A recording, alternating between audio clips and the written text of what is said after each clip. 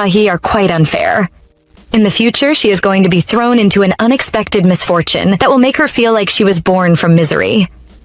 In the past, there were times when she had sunny days, decent winds, and blooming flowers. Yet all that will always be seen as nothing, compared to what others experience. She has to worry about the important guest that will be arriving soon. After all, she has been instructed to make sure they are well prepared to receive her. While she is doing this, she wonders why Mrs. Chun, the woman in charge of overseeing the arrival of their guest, fell ill today.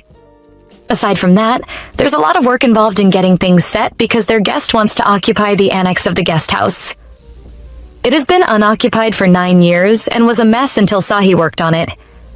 She's done and decides to take a short break. She feels she should take a rest now, since she will be free until nightfall. Suddenly, she hears someone call out to a certain Lee Hyung-gu, asking him how long it has been. Sahi recognizes this Hyung-gu guy and wonders why he is here. She is still thinking about this, when he acknowledges that it has truly been a while since he saw his friend. He then asks him if he came to see his parents, which he did, but partly regrets now. Why? Well, that's because his parents keep nagging about him getting married. That's why he even left the house and came out to her some fresh air. He hates it when they bring up that topic, believing he is still too young to be thinking about marriage. However, he wants to know if Hyung-gu's family nags him about marriage as well. The question almost gets him laughing, as he struggles to withhold some information concerning his engagement. Information that an eavesdropping Sahi is curious to hear, as well as the guy he is conversing with. Finally, he spills, confessing that he feels he might be marrying Sahi. This information hits her hard, almost causing her to fall off, as the other guy asks Hyung-gu if he is dating Sahi. According to him, they are not dating yet, but their families have been discussing about them getting married. From his facial expressions, he looks like he supports his family's idea. Even his friend is in support, stating that if word of this gets out to their former classmates, it will drop jaws. That's because Sahi was so beautiful that she was the first love of most guys in the area. He wants to know if she is still as pretty, a fact Hyung-gu confirms, before adding that she is crippled now. He believes that she has nothing aside from her looks. His mother isn't even in support of the union, and the other guy can see why. At this point, Sahi decides to stop eavesdropping and leaves to go block the back path she forgot to block. She had forgotten because Mrs. Chun usually handled that, and she is sick now. She has to do it now before it's too late and their important guest arrives, but ends up bumping into a very handsome man. Their eyes meeting and trapping her in the longest second of her life. At least until those creeps keep talking about her, ending the moment. When they revisit the fact that she is crippled, the handsome guy has a look at her legs, still focusing on them when he hears that her only issue is her ankle. Everything else is good, and Hyung-gu hopes to have her soon and tell his friend how things went later. Sahi is obviously annoyed by the discussion, acting like she isn't bothered, when her ankle acts up and she trips right in front of the handsome stranger. It's quite embarrassing and gets even more embarrassing when he swoops in and saves her. He still has her in hand when he asks if she is the one the men are talking about, but Sahi just breaks free from his hold. Before leaving, however, she bows, politely, announces her exit, and just leaves to block the back path like she initially wanted to. Once she is done with that, she goes to see her grandmother at the Yongwadang guest house's main building. On getting there, she tells her she came in response to her call, and her grandmother introduces her to a much younger woman named Min Yojin. Apparently, she is from some place called Jungmoon Enterprises. This lady is their important guest, so Sahi greets her respectfully, before introducing herself and stating that she'll be assisting her. Throughout the introduction, their guest monitors her closely, waiting for her to finish, before asking if she is the granddaughter the old lady was referring to. She isn't in fact the person they had discussed earlier is Mrs. Chun, who is the second child, while Sahi is the first. She tells Yojin about Mrs. Chun's illness and repeats that Sahi will be taking her place for a while. Surprisingly, their guest ignores all the details and emphasizes on how pretty her substitute aide is. According to her, she is so beautiful that she can't take the old lady's comments about a certain CEO Young seriously. On hearing this, the mood in the room changes with Sahi's grandmother clearly feeling uneasy, but tries to hide that feeling with a fake smile. Along with it, she wards off the praises by claiming her little girl is from the countryside and cannot compete with the good looks of a CEO. She is desperate to change the topic as quickly as possible, so she sends Sahi to get some tea. The obedient young lady heads out as she has been instructed. On her way out, she figures out that something is wrong because of the pot of tea on the table and her grandmother's uneasy look. She realizes that the old lady probably wants to show off someone else and plans to make sure she doesn't interfere with that. While she is outside the room, she eavesdrops, listening to the claims that she is not in the best condition, but is skilled with her hands. She also hears when Yojin is assured that she will not be inconvenienced when she is assisting her. The younger lady replies in a concerned tone, her pity for Sahi and how she knows a good doctor she can be referred to. Her grandmother, who is still acting concerned, claims to like the idea, before stepping out to address Sahi. While outside, she reverts to her true colors, roughly handling the poor girl's pretty face, when she questions her for wearing makeup to welcome their important guest. She helps her clean off her makeup, as she reminds her that her privilege to live at the guest house comes from a certain family they are favoring.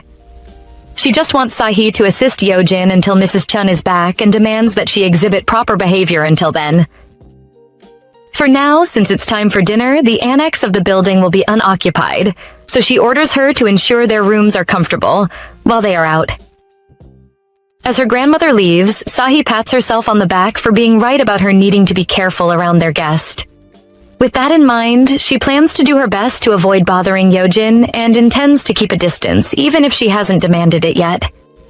She is so lost in thought at the moment that she ends up walking in on the handsome guest from earlier while he is dressing. For a second after entering, she is stunned by the man's frame, before realizing what she has done and apologizing for walking in on him. She decides to take her leave, feeling down that she has made a mistake. She scolds herself for not being careful enough because it's dinner time. She knows she should have checked before walking in, but assumes she is okay, since the man didn't seem pissed by her intrusion. Well, she feels that way until she notices the large shadow she is trapped in, and he asks her to come in. She is obviously reluctant to do so, but ends up obeying. Luckily for her, this time he is fully dressed, allowing her to be free enough to apologize to him for her rudeness. He agrees with her that walking into a room without knocking is rude. In her defense, she claims she had heard everyone went for dinner and apologizes again. The man just assures her there is no need for her to apologize, as he makes his way to the door. Once more, Sahi is trapped for a very long few seconds, feeling nervous as she asks herself why this man is staring at her. He is almost at the door when he pauses, intending to say something to her, but gets interrupted by one of his staff. The man, while addressing him as CEO Jung Tayon, informs him that the preparations for the video conference as well as their meeting with headquarters have been completed. He requests that they leave now, giving Sahi the opportunity she needs to escape this. However, when she announces her intention to leave, CEO Jung Tayon instructs her to bring dinner to his room, after which he leaves. It's been a very hectic night for her, leading to a sunny morning that Yojin starts with prayers. While she is praying, she focuses on the company and Tayon, but the man in question is busy working while she is at it. When she notices this, she calls him, ordering him to come and offer prayers like she is doing. She warns him to listen to her because she is his mother. Still, he refuses to listen. She then decides to try reasoning with him and starts by claiming to understand why he is unhappy about everything. She knows he is pissed because he was forced to come all the way out here as soon as he got to Korea, but she emphasizes that there was nothing she could do about it, since it was the chairman's decision. Despite this, she wants him to consider this as his first break in a long time and isn't done addressing the matter when Sahi shows up. She intends to come in, but even before she does, Tayon recognizes her voice. As soon as she steps in with the cold water Yojin requested, their eyes meet, making her feel uncomfortable, as she believes he is watching her again. Regardless, she ignores the stare, addressing his mother, who starts interrogating her all of a sudden. She knows the girl's name, but is curious about her age. On hearing that she is 28 years old, her curiosity increases, prompting her to ask Sahi if she has a boyfriend. She replies that she doesn't, so Yeojin wants to know why, especially since she is around the qualified dating age. It doesn't take Sahi too long to find the best way to kill the topic, which is to confess she isn't interested in stuff like that now. Surprisingly, Yojin supports her excuse, praising her for being pretty and young. She believes there will be no problems for her now and she can do whatever she wants before finding a partner to settle down with. To her, there is no need to rush because dating and marriage are filled with complications, something they both agree on. Tayon, on the other hand, does not agree, so he ends up laughing, pissing his mother off in the process. She demands to know if she said anything funny. According to him, her words were encouraging, but she replies that she wasn't talking about him. After all, his circumstances are different and he needs someone reliable by his side to help manage the company. Still on this, she admits she wondered what he would be doing with all his free time while they are here, and suggests he goes on blind dates. She plans to set up those dates, but doesn't even notice the staring contest between her boy and Sahi. Eventually, she gives up, turning away when Yojin reminds Tayon of how he always insisted he was busy back in Seoul. Now the chairman has done her a favor, denying him of that excuse. Suddenly, she remembers something that had slipped her mind and starts searching for it. It's an envelope she wants Sahi to give her grandmother, and it contains a list of the blind date partners for her son. She wants the old lady to run through the list and see who is more compatible with him. After doing this, she leaves with him, probably because she wants to discuss more with him concerning the blind dates. Yojin believes they do not have much time and advises him to make sure this doesn't drag on for too long. She wants him to meet with the ladies first, and when he finds one he clicks with, they'll proceed accordingly. Finally, he agrees, but that's not enough for her. What's important now is determining whether he is interested in their little idea or has his interest caught in something else. That something else is Sahi. So she asks him if she caught his attention, pointing out that she is very beautiful. Yet, when she asks Tayon if the girl is his type, he laughs, letting his mother know that he can see what she is up to. A surprised Yojin accepts defeat, wanting to know if she made things too obvious. He simply responds with a piece of advice that she should go inside and get some rest since she looks tired. He then leaves her to herself, walking away, while thinking about how all he has to do is make the move if he is interested in someone. He agrees that Sahi is beautiful, but he'd rather not become a pathetic fool and waste his time on a pointless dream. Elsewhere in the Yongwadang compound, the girl of the hour is moving from room to room with clean bed sheets. Apparently, she is feeling tense and believes it's because she is tired. She has given her grandmother the envelope as she was instructed and plans to head back to her room once she drops all the bed sheets. It's no surprise that the next room on her list is Tayon's. After what happened yesterday when she bumped into him, she decides to ask if she can come in before she does. Nevertheless, when she gets no response, she concludes no one is in and is grateful for this. She just wants to get over with this quickly and leave, until she notices the dinner she brought for him last night is still untouched. It annoys her that he instructed her to bring it to his room when he didn't even eat it. This alone makes Sahi conclude that Tayon is the type of person who has had all he wants since birth. She suspects that this makes him not hesitate to boss people around, but he can't shake off the weird looks he keeps giving her. Like earlier, when she was speaking with his mother, he just stared at her without hiding it, and that disturbed her. In the end, even though she can't stop crossing paths with him, she hopes to avoid getting involved with him for as long as possible. After all, he isn't going to be around for long, and he is supposed to meet prospective marriage partners. Luckily for Sahi, even upon her deep thinking, she finishes making the bed without bumping into Tayon. Now all she has to do is leave the room, but then she gets distracted, recalling something Mrs. Chun had told her about Yonghwadang. She had said some of their guests used it as a place to hide their secret love affairs. Now she suspects Tayon is like that, seeing him as shameless even though he is unmarried. Plus, the building's annex has 2 rooms, one occupied by him and the other by his mother. The rooms are not even that far apart, and she suspects he has been having intimate moments without respecting the distance between them. At the end of the day, she is still cleaning when he starts heading back. However, on his way back, he stumbles upon a familiar face, some guy in glasses who informs him that his room is being cleaned at the moment. He had been waiting for Tayon all this time, but our boy is more focused on his room that is being cleaned. Just then, Sahi steps out and their eyes meet, resulting in another awkward moment. Still, she can't avoid this and walks up to Tayon and his visitor, who immediately starts a conversation with her. Firstly, he confirms that she is working at the guest house, before he introduces himself as the CEO's secretary.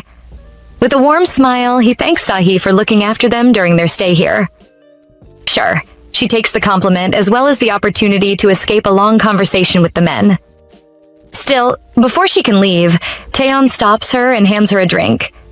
It looks like a kind gesture, but then she remembers what she saw in his room and that she views him as a pervert. That prompts her to refuse the drink and head out. While she leaves, Tayon just watches her with his mind fixed on her words. No, I'm fine. I'll take my leave now. He is puzzled that after those 3 sentences, she ran away, making him wonder if she thinks he wants to pounce on her. He doesn't understand what has made her wary of him until he steps into his room and sees a box on the table. He suspects that his mother had sent the box and Sahi probably saw it, which was why she was acting funny. Upon that, he believes this just made things interesting. Now, back to the box. Tayon knows his mother didn't bring it here herself, after all. They parted ways not too long ago. He suspects she sent Secretary Kim to handle it, but he acts ignorant. The poor guy eventually breaks, and his body expressions of uneasiness eventually betray him. In the end, Tayon doesn't really scold him. He just wishes he was more discreet next time he is carrying out his mother's will. The secretary apologizes, but Tayon suggests he forget about it, before he slumps on a chair, looking frustrated. Because of his change in mood, Kim suspects something is wrong. He wants to know if something happened between this guy and his mother, but even he doesn't know. All he knows is that she is on edge. Because of his response, Secretary Kim admits that he is also frustrated, so he understands how Mrs. Yojin is feeling. Tayon is now interested in knowing what he is frustrated about. He confesses that he is stressed because they are cornering his boss and protecting a man named Jung Tae-jun, who is already done for. This man who they are talking about is Taeyon's older cousin who was given a position in their company's construction group by the chairman. At first, it looked like things were going great for him, until the embezzlement of 8 billion won that stemmed from his misconduct. His poor ability to cloak his corruption gave Tayon the opportunity he was waiting for to cut his cousin down. Unfortunately for him, the chairman stepped in and protected the corrupt one. He constantly protects this man, and he is only doing it to keep Tayon in check. He is sure Chairman Young isn't planning to simply hand over the company to him, and he is ready to take it by force. His plans to do so have not been revealed yet, but for now, he questions Secretary Kim about the spring basketball game opening in 2 weeks.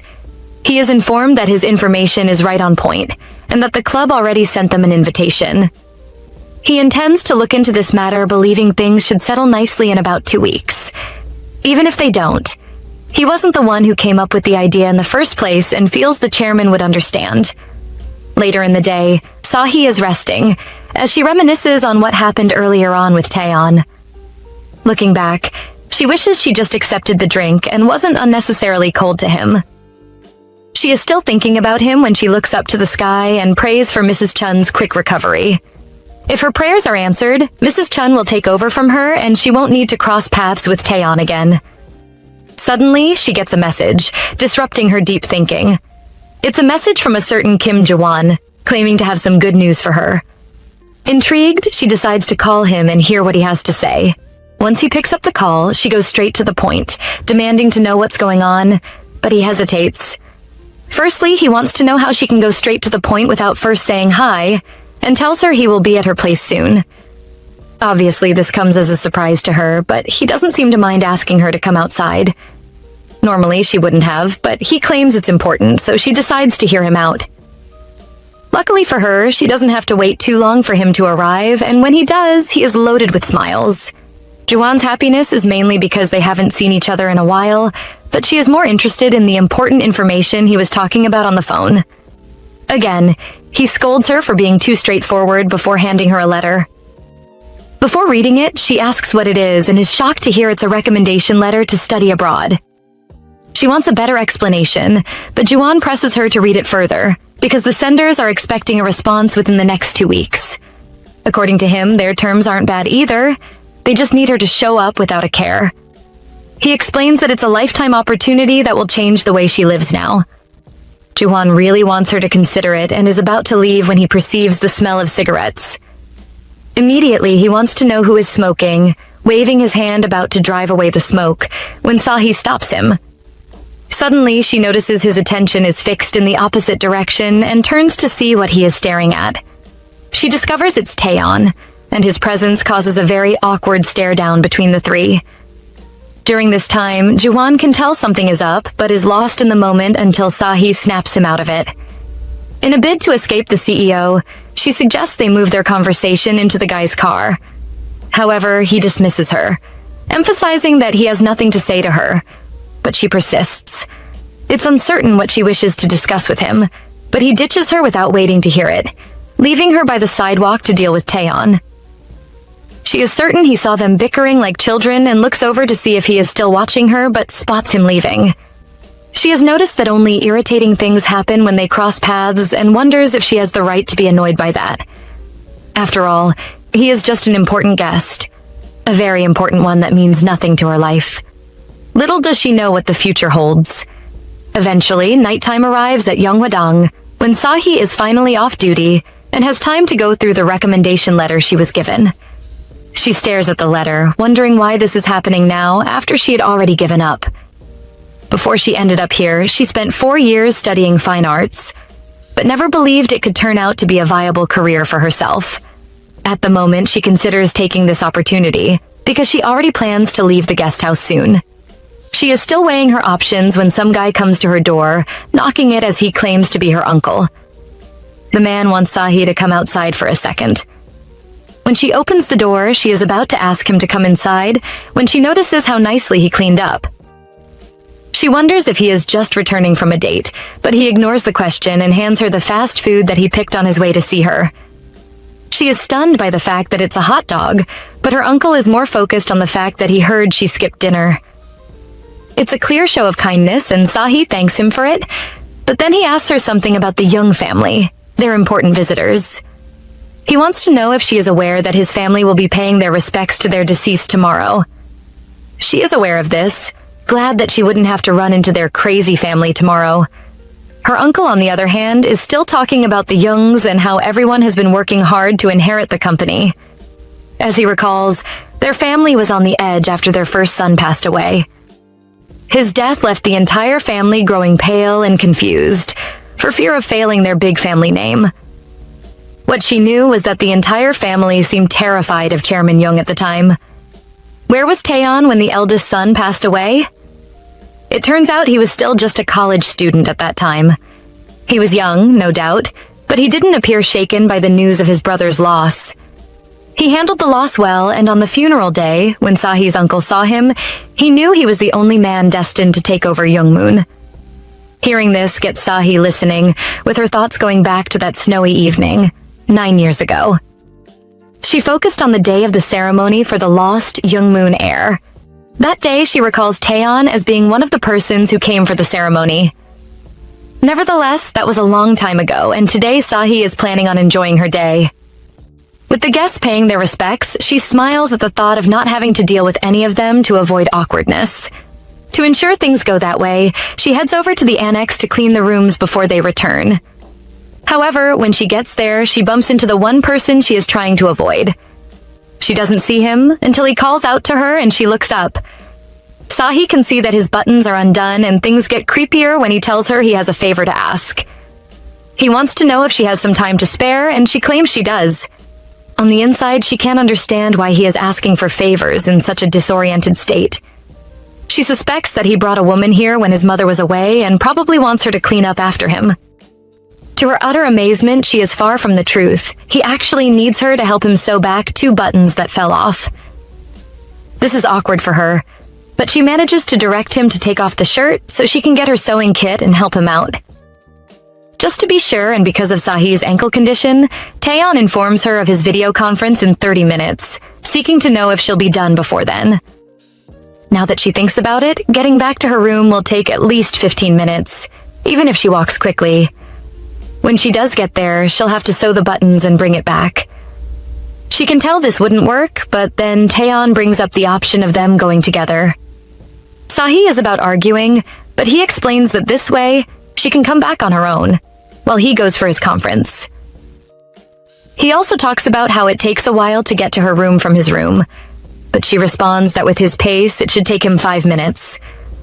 Regardless, he is okay with cranking it down a notch for her sake, and they start their walk to her room. During the early stages of this walk, Tayon notices he is being too fast, recalling what he told her some seconds ago, before he calms down to wait for her. In 15 minutes, they are at Sahi's room, but she is having trouble ascending the stairs. When he notices this, he offers to help, but she declines his offer, claiming she can do this on her own. Still, he persists, asking her to hold on to him since he won't let her make him look like a jerk. At this point, she has to give in and hold on to him. When they eventually get to the top of the stairs, she thanks him and goes into her room to get the kit. While she is in that, she asks him to take off his shirt and hand it to her, after which she steps into the room. In there, she makes up her mind not to get involved with Tayon again. In fact, once she fixes the shift, she plans on sending him on his way. For now, she has to focus on fixing the shirt, as she has found her kit and permits him to go in and take off the shirt. As he does this, Sahi gets an urgent call from the CEO of a publishing company. She takes the call, but greets the caller in a low tone that the caller pays no attention to. Instead, he is interested in the file she had sent him in the morning. Apparently it is the wrong file, and he wants to know if she can send it again. Obviously, she can't. Her excuse is that she is preoccupied and she will get back to him within an hour, but then Tayon takes off his shirt and hands it to her. This results in another few seconds of unsettled silence. During these few seconds, the caller goes wild, believing her line is dead. Sahi, on the other hand, has forgotten she is on a call and is focused on Tayon's perfect bare body. Luckily for her, she snaps out of her little trance in time and is about to start stitching it when she gets the buttons from him. Before she starts properly, she advises him to go in since it's cold outside. He simply does as she asks, leaving her to stitch the shirt. As she fixes it, however, she feels uneasy, because she concludes Tayon is watching her. She can sense his gaze and decides to have a little peek, to see if he is actually staring at her. It's a mistake, by the way, leading to her accidentally piercing herself. Her mistake gives her a little cut in the hand that spills a little blood on the shirt. Now she starts to panic, fearing that her stain on the shirt has jeopardized his meeting. She concludes he doesn't have that many shirts and is about to break the news to him when he asks if she is done. Yes, she is. But then there's the issue of the accidental stain that he doesn't pay much attention to. Instead, he wants to know if Sahi has a job. She affirms that she has a job, wondering if he thinks she is jobless because she is always running errands around. Tayon wants to know the type of job she is doing, so she tells him she is a writer, an amazing occupation, so he wants to know if she is well known. She can't really give a straightforward response, but believes that to some extent she is, which makes him even more curious. Yet, before he can ask her anything more, she welcomes him to surf the internet to determine whether she is well known or not. He grins at her response and sees himself out after thanking her and imploring her to get some rest since his mother will be back in the evening. Soon the scene shifts from Sahi observing Tayon as he rushes for his conference to him attending the video conference. The other participants are busy dropping facts and important details. Meanwhile, his mind is on Sahi and her writing career. He decides to pick up his phone and search for her. She is indeed a novelist, as she had claimed, and her book, Cotton Dust, shocks him so hard that he has to react. Upon his reaction, Secretary Kim gets curious, wanting to know if there is a problem. Tayon replies that there isn't, but in truth his reaction was caused by one of the kiddies' books Sahi wrote. With the way he is smiling, he'll probably bring this up later, even though she might have forgotten they discussed something like this. Currently, with the Youngs away, she is enjoying some sweet old peace and quiet in Yeongwadang. It's almost like some dream until Lee Hyung-gu shows up and interrupts it. He came to see her with a bouquet in hand and a cheeky smile, seeking to know where she was. He's probably expecting a return smile, but instead she ignores him, wounding his pride. Despite her cold response, Hyung-gu refuses to back down, demanding to know why she is ignoring him. She simply continues with the cold vibe she is giving and advises him to do what he came here to do and leave. He replies that he came here to see her and hands over the bouquet to her. He also claims to understand that she is busy, so he goes straight to the point and asks her to marry. After his proposal comes a cry for help explanation of his feelings. Meanwhile, Sahi goes quiet. She remembers all he had said about her a few days ago and asks him how much she is worth. Yoongu didn't see this coming and didn't even look interested in the question when Sahi clarified. She explains that she is asking him how much she is worth or how much he wants to pay for her, but he doesn't respond. This gets her even more curious to know why he is putting up a show like he is a different person. With nothing to say, Yoongu relies on the fact that Sahi's grandmother said he is a good fit, but she retorts with the suggestion that he marry her grandmother if that's the case. Those words pierce him deeply, so he takes the poor girl by the arm and asks her how long she plans on pretending to be someone important. She agrees that she is a nobody, but that's not enough reason for her to marry him. He is nothing to her but a short and ugly former classmate, and he refuses to accept that, forcing her somewhere else. To the best of her ability, Sahi tries to resist, but he overpowers her. Still, she refuses to go quietly, yelling at the top of her voice until Tayon coincidentally shows up. He immediately interrupts their not-so-friendly reunion, prompting Hyunggu to ask her if she knows him. Surprisingly, she is unable to respond and just looks away, right before she collapses. All this is too much for her, as far as she's concerned, taking away all the strength in her legs, but Tayon doesn't let her sit there wallowing in self-pity. He walks over to her and asks her if she has taken care of the favor he asked. Although she doesn't respond, he reaches for her bag and declares that he was right.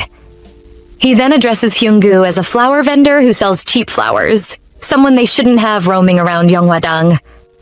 To piss him off further, he smiles at him cheekily and pulls out his wallet, intending to buy the flowers. From his wallet, he removes 100,000 won and hands it over to Hyunggu. He doesn't even take the flowers, but he does help Sahi with her bag and offers to help her up. Initially, she is reluctant to take his hand, but she does, eventually leaving the other guy awestruck and annoyed. He questions the man's right to take Sahi away, as well as treating him like a flower vendor and giving him money. Looking back, he regrets not being more assertive. He is busy venting when her grandmother walks to him and asks if he has come to see Sahi. He tells her that he is about to leave since Sahi seems busy, but she is curious to know if the young lady hasn't opened her heart to him yet. Hyunggu assures her it's fine and he will try harder, showing his face around her more often, but she refuses. Her reason is that there is an important guest at the guest house, so he should limit the way he comes around. She feels it would be wise if he arranges a meeting with Sahi elsewhere, but all he can think about is the important guest and how he might be the guy who insulted him earlier. He knows that man is the CEO of Young Moon Constructions, Jung Taeon, but he says nothing about their encounter to the old lady. He just takes her advice that young people should spend time outside for their feelings to grow. After all, she wasn't trying to tell him not to come around totally, but just for the moment. When she is done, he claims to understand, having this evil smile on his face as he leaves. Because of what happened, he feels Sahi is materialistic, but consoles himself with the belief that she will amount to nothing but a mistress to Taeon. Sure, he has a new unknown enemy, but at the moment he is leading Sahi back to her quarters. Upon arrival, he lets go of her and she thanks him for having her back earlier. Instead of replying with the usual, "You're welcome," he states that he has noticed there are many men around her. He has seen that there is one who tells her he loves her and another who wants to marry her. He perceives she would have to explain these men to someone she is dating, if she was in a relationship. Although she isn't romantically attached to Taeon, she explains to him that the guy with the flowers was just being stubborn and the one from earlier, Juwon, is a college classmate. She adds that he is playful, which is why saying "I love you" is something he can do easily. In truth, it means nothing to him. Suddenly she realizes she doesn't have to explain anything to him, as whether or not she is messing around doesn't concern him. She thanks him again for earlier and intends to leave once he hands her things. For some reason, he hesitates, and then he asks her if she needs help with Hyunggu, but she wants to know why he wants to help her. According to Taeon, he wants to help for his benefit as well. He came here to relax and clear his head and didn't want anything interfering with that. If anything that will interrupt that rest arises, he will be in a tough spot. That being said, he permits Sahi to say she is dating him when next Hyunggu bothers her. He senses that saying they're close wouldn't be bad for her, and when it gets inconvenient, she can just say they broke up. It's a really generous offer, but she refuses. She assures him she will ensure she doesn't inconvenience him again, so he doesn't have to worry. She is about to leave after the bold speech, but Tayon stops her again, reminding her of her bag. She then tells him he can have it, as it's just rice cake. Later on, after a night shower, he checks the bag to confirm its contents. To his shock, it's not rice cake, but taffy. He finds this interesting, wondering if the rice cake's transformed or something, since the Sahi is the granddaughter of a famous shaman. He then declares that it is sweet, but it's not bad, and it's unclear whether he is talking about the taffy or Sahi, but he is certain she played some kind of trick on him. Also, within Yeongwadang's walls, poor, sick Mrs. Chun gets a visit from her replacement. She asks the young lady about the honey rice cakes she was to bring for her from the market, seeing as she brought something else. Sahi, who is very much ashamed of herself, tries to act natural, claiming she tried to make a replica of the dessert Mrs. Chun served her a while back. She just stares at the not-so-edible-looking meal and tags Sahi as a person who can draw well but can't cook. She eventually has a bite, even though she is not impressed that the young lady is blaming her failed cooking on the fact that she had trouble bringing the food to her. She then promises to get Mrs. Chun honey rice cakes tomorrow and regrets leaving the one she got today with Tayon. Had she known, she would have taken it when he returned it to her. She is really feeling bad now, but her sick colleague assures her it's okay. She knows about her leg condition and how walking to the market would be hard for her, so she wants her to forget about it. She is yet to say more when she notices her clothes are soiled and asks about them, but Sahi tries to avoid the question. Mrs. Chun lets it slide. Nevertheless, she warns her to be more careful and wants to know if she is hurt anywhere else or needs to go to the hospital. Her concern brings smiles to our girl's face because she is so overprotective of her that she wants to be more worried about her and advises her to get some rest, as a mother would. Before she lets her go, she admonishes her to be more careful and lets her know that she cannot get enough sleep because of her. In return, Sahi gleefully assures her she would do just that, right before she leaves. On her way to her quarters, she reminisces on her time with Mrs. Chun, specifically her constant nagging that she barely escaped. As usual, the older lady kept going on and on over nothing. She occupies Sahi's mind until she gets home to meet the rice cakes she gave Tayon at her doorstep. She wonders if he left it here for her, and remembers that he permitted her to claim they were dating. Why is she thinking about this at this hour? She doesn't know, but it looks like Sahi and Tayon are starting to like each other. In the end, it looks like Sahi is feeling it more, as she wasn't able to get any sleep until morning. It's all because of the memories of what happened yesterday, but she has work to do at the annex. She'll eventually have to go handle that, but she prays she doesn't bump into him in the process. Her wish is next to impossible, leaving her to ponder on what to do. Eventually, she summons up the courage to go to the annex, but peeps before walking in. This is just so she can confirm if there are people there or not. Since it looks like no one's home, she enters, only to meet the one person she hoped she wouldn't bump into, Tayon. He doesn't see her at first because he is busy with his golfing kit, but she says hello, announcing her presence only to get a nod in return. She is offended by the shallow response and can't tell whether he acknowledged her greeting or not. To prevent herself from getting even more pissed off, she leaves and goes to attend to his mother. Still, he says nothing to her.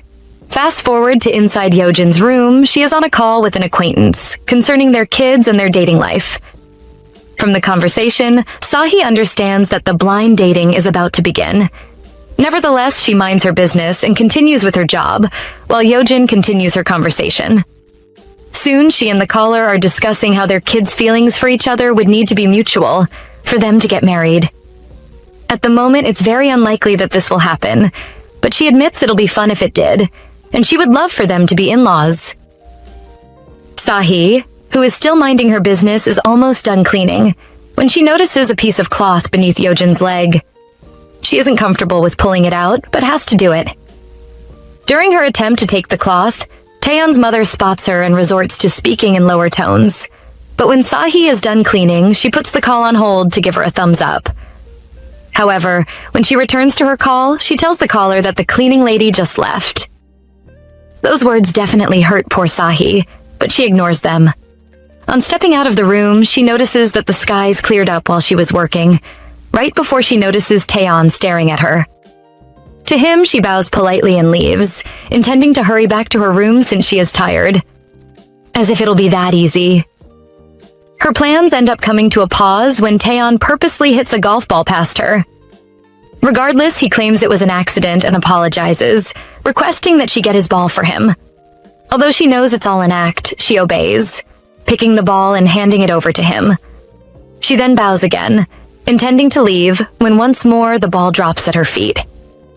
This time, she doesn't need him to tell her to pick it up. She just does.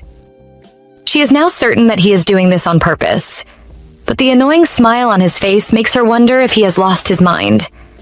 He asks her if she enjoyed the rice cakes. She claims she did, but can't understand why he is talking so freely with her when his mother might hear them. Still, she claims she enjoyed the rice cakes. He then tells her he enjoyed the taffy, which confuses her at first. She argues that she never gave him taffy, only to recall that the owner of the rice cake store gave her some free taffy. Initially, she wondered where it went, but now she knows that he ate it. Tayon, on the other hand, feels the taffy wasn't meant for him and apologizes for eating it all. As usual, it's not just some ordinary apology. He claims he has to pay her back for eating all the taffy, but she doesn't welcome the idea. She even tries her best to argue that she has received more than enough and begs him to take back his golf ball so she will be on her way. He is about to drag this topic when Secretary Kim swoops in to save the day, without even knowing. He actually came to tell Tayon about the team leader of their home maintenance team that has just arrived for work, and offers to call the man since Tayon seems angry with him. However, he refuses, suggesting he will make the call himself and goes to do it, leaving Sahi with the ball still in her hand. She just stares at the ball, feeling uneasy when Secretary Kim notices her. He identifies her as the lady he saw the last time he came around and greets her politely. He's probably been the nicest to her today, with their conversation causing Tayon to hold back calling the team leader. He watches as the secretary swarms Sahi with warm smiles and a question about her day. He also sees when she replies with a similar smile and tells him she will be leaving. It looks like he isn't comfortable with her leaving so soon, yet he advises her to be careful on her way back. He probably doesn't notice when she drops the ball, but he does watch her leave until Tayon calls him and warns him to stop flirting. When he claims he isn't, Tayon further accuses him of flirting on the job, forcing him to beg even more in a bid to prove his innocence. Because he knows Secretary Kim is innocent, he drops the topic and asks him if he can get a book for him. He replies that he can get it before evening if he gives him the title of the book. It's Cotton Dust, Sahi's book. When asked if he needs the book for work-related purposes, he assures the secretary it's for something else. Later that morning, Sahi is back at her place getting ready to rest, because she is tired and worn out. Sadly, when she lies down to rest, all she can think about is Tayon. She is angry at him for acting the way he did earlier. She can't tell whether the whole golf ball fiasco was a game to him or he was doing it for fun. She warns herself not to be swayed by them. To them, she is an insignificant existence. At a time like this, a new car pulls up at Yonghwadang's gates, a car that looks like it's filled with drama. Upon its arrival, Sahi wakes up, unaware of the car, but suffering from a serious headache. She was unable to sleep last night. To add to that, she had a nightmare. The nightmare was about a memory from a day she hadn't thought about in a while. It was on a rainy day, by some body of water, and a young girl was crying about her toy floating away. Young Sahi was there and advised they head back and return later to search for the toy. The kid persisted, called her Uni, and hugged her. The her of back then was easily swayed by that title, especially when her half-sibling said it, as whenever she used it on her, she felt like they were really family. That was why she agreed to keep searching for the toy that day. She was so engrossed in her search that she didn't notice her half-sister had gone silent. The water current was strong, and she was sure the toy had drifted away. But little did she know their coming there had nothing to do with the toy. Nevertheless, she realized something was wrong when her half-sister, Hyunji, lunged at her. Back to the present day. She worries that she might be getting sick and can't understand why she suddenly had that nightmare, until she hears a familiar voice call her grandmother. Talk about nightmares in the flesh as Sahi watches Hyunji reunite with their grandmother. She looks like the exact opposite of our girl, like she had a better life. Unfortunately, Sahi didn't know Hyunji was to return today, and remembers that in that memory, she tried to push her into the water. She claimed that her mother said their family would do fine without her, and their family would finally be happy. It makes sense now. The reason why her grandmother belittled her before Yojin on day 1 was so that Hyunji would get Tayon and not her. Her mother had a tough choice to make on the day of the accident. It's either Sahi, the child of the man who abandoned her, who was being loaded into the ambulance, or the child who was born into the happy family she always dreamed of. However, the choice is never hers because Mother can't afford to lose the happiness she has craved over the years, so she just has to forgive Hyunji again, even when Mother boasts about her not having any proof that pins Hyunji down. "At least you're alive," Mother says in a heart-wrenching voice, as if Sahi should be thankful to Hyunji for sparing her life because she didn't leave and still helped her when her ankle was wedged between those rocks. Mother still insists on forgiving Hyunji because despite how hard it might be for her to walk, being alive is definitely all that matters, even if she's somewhere between living and dying. Weeks later, Sahi decides to pay her mother's happy family a visit and finds Hyunji whining about how she has to stay in the small quarters that feel like a haunted house because Grandma is trying to punish her. Her mother's new husband seems slightly happy to see Sahi because it's been a while since they last saw her, and she has dedicated all her time to working very hard at Yongwadang.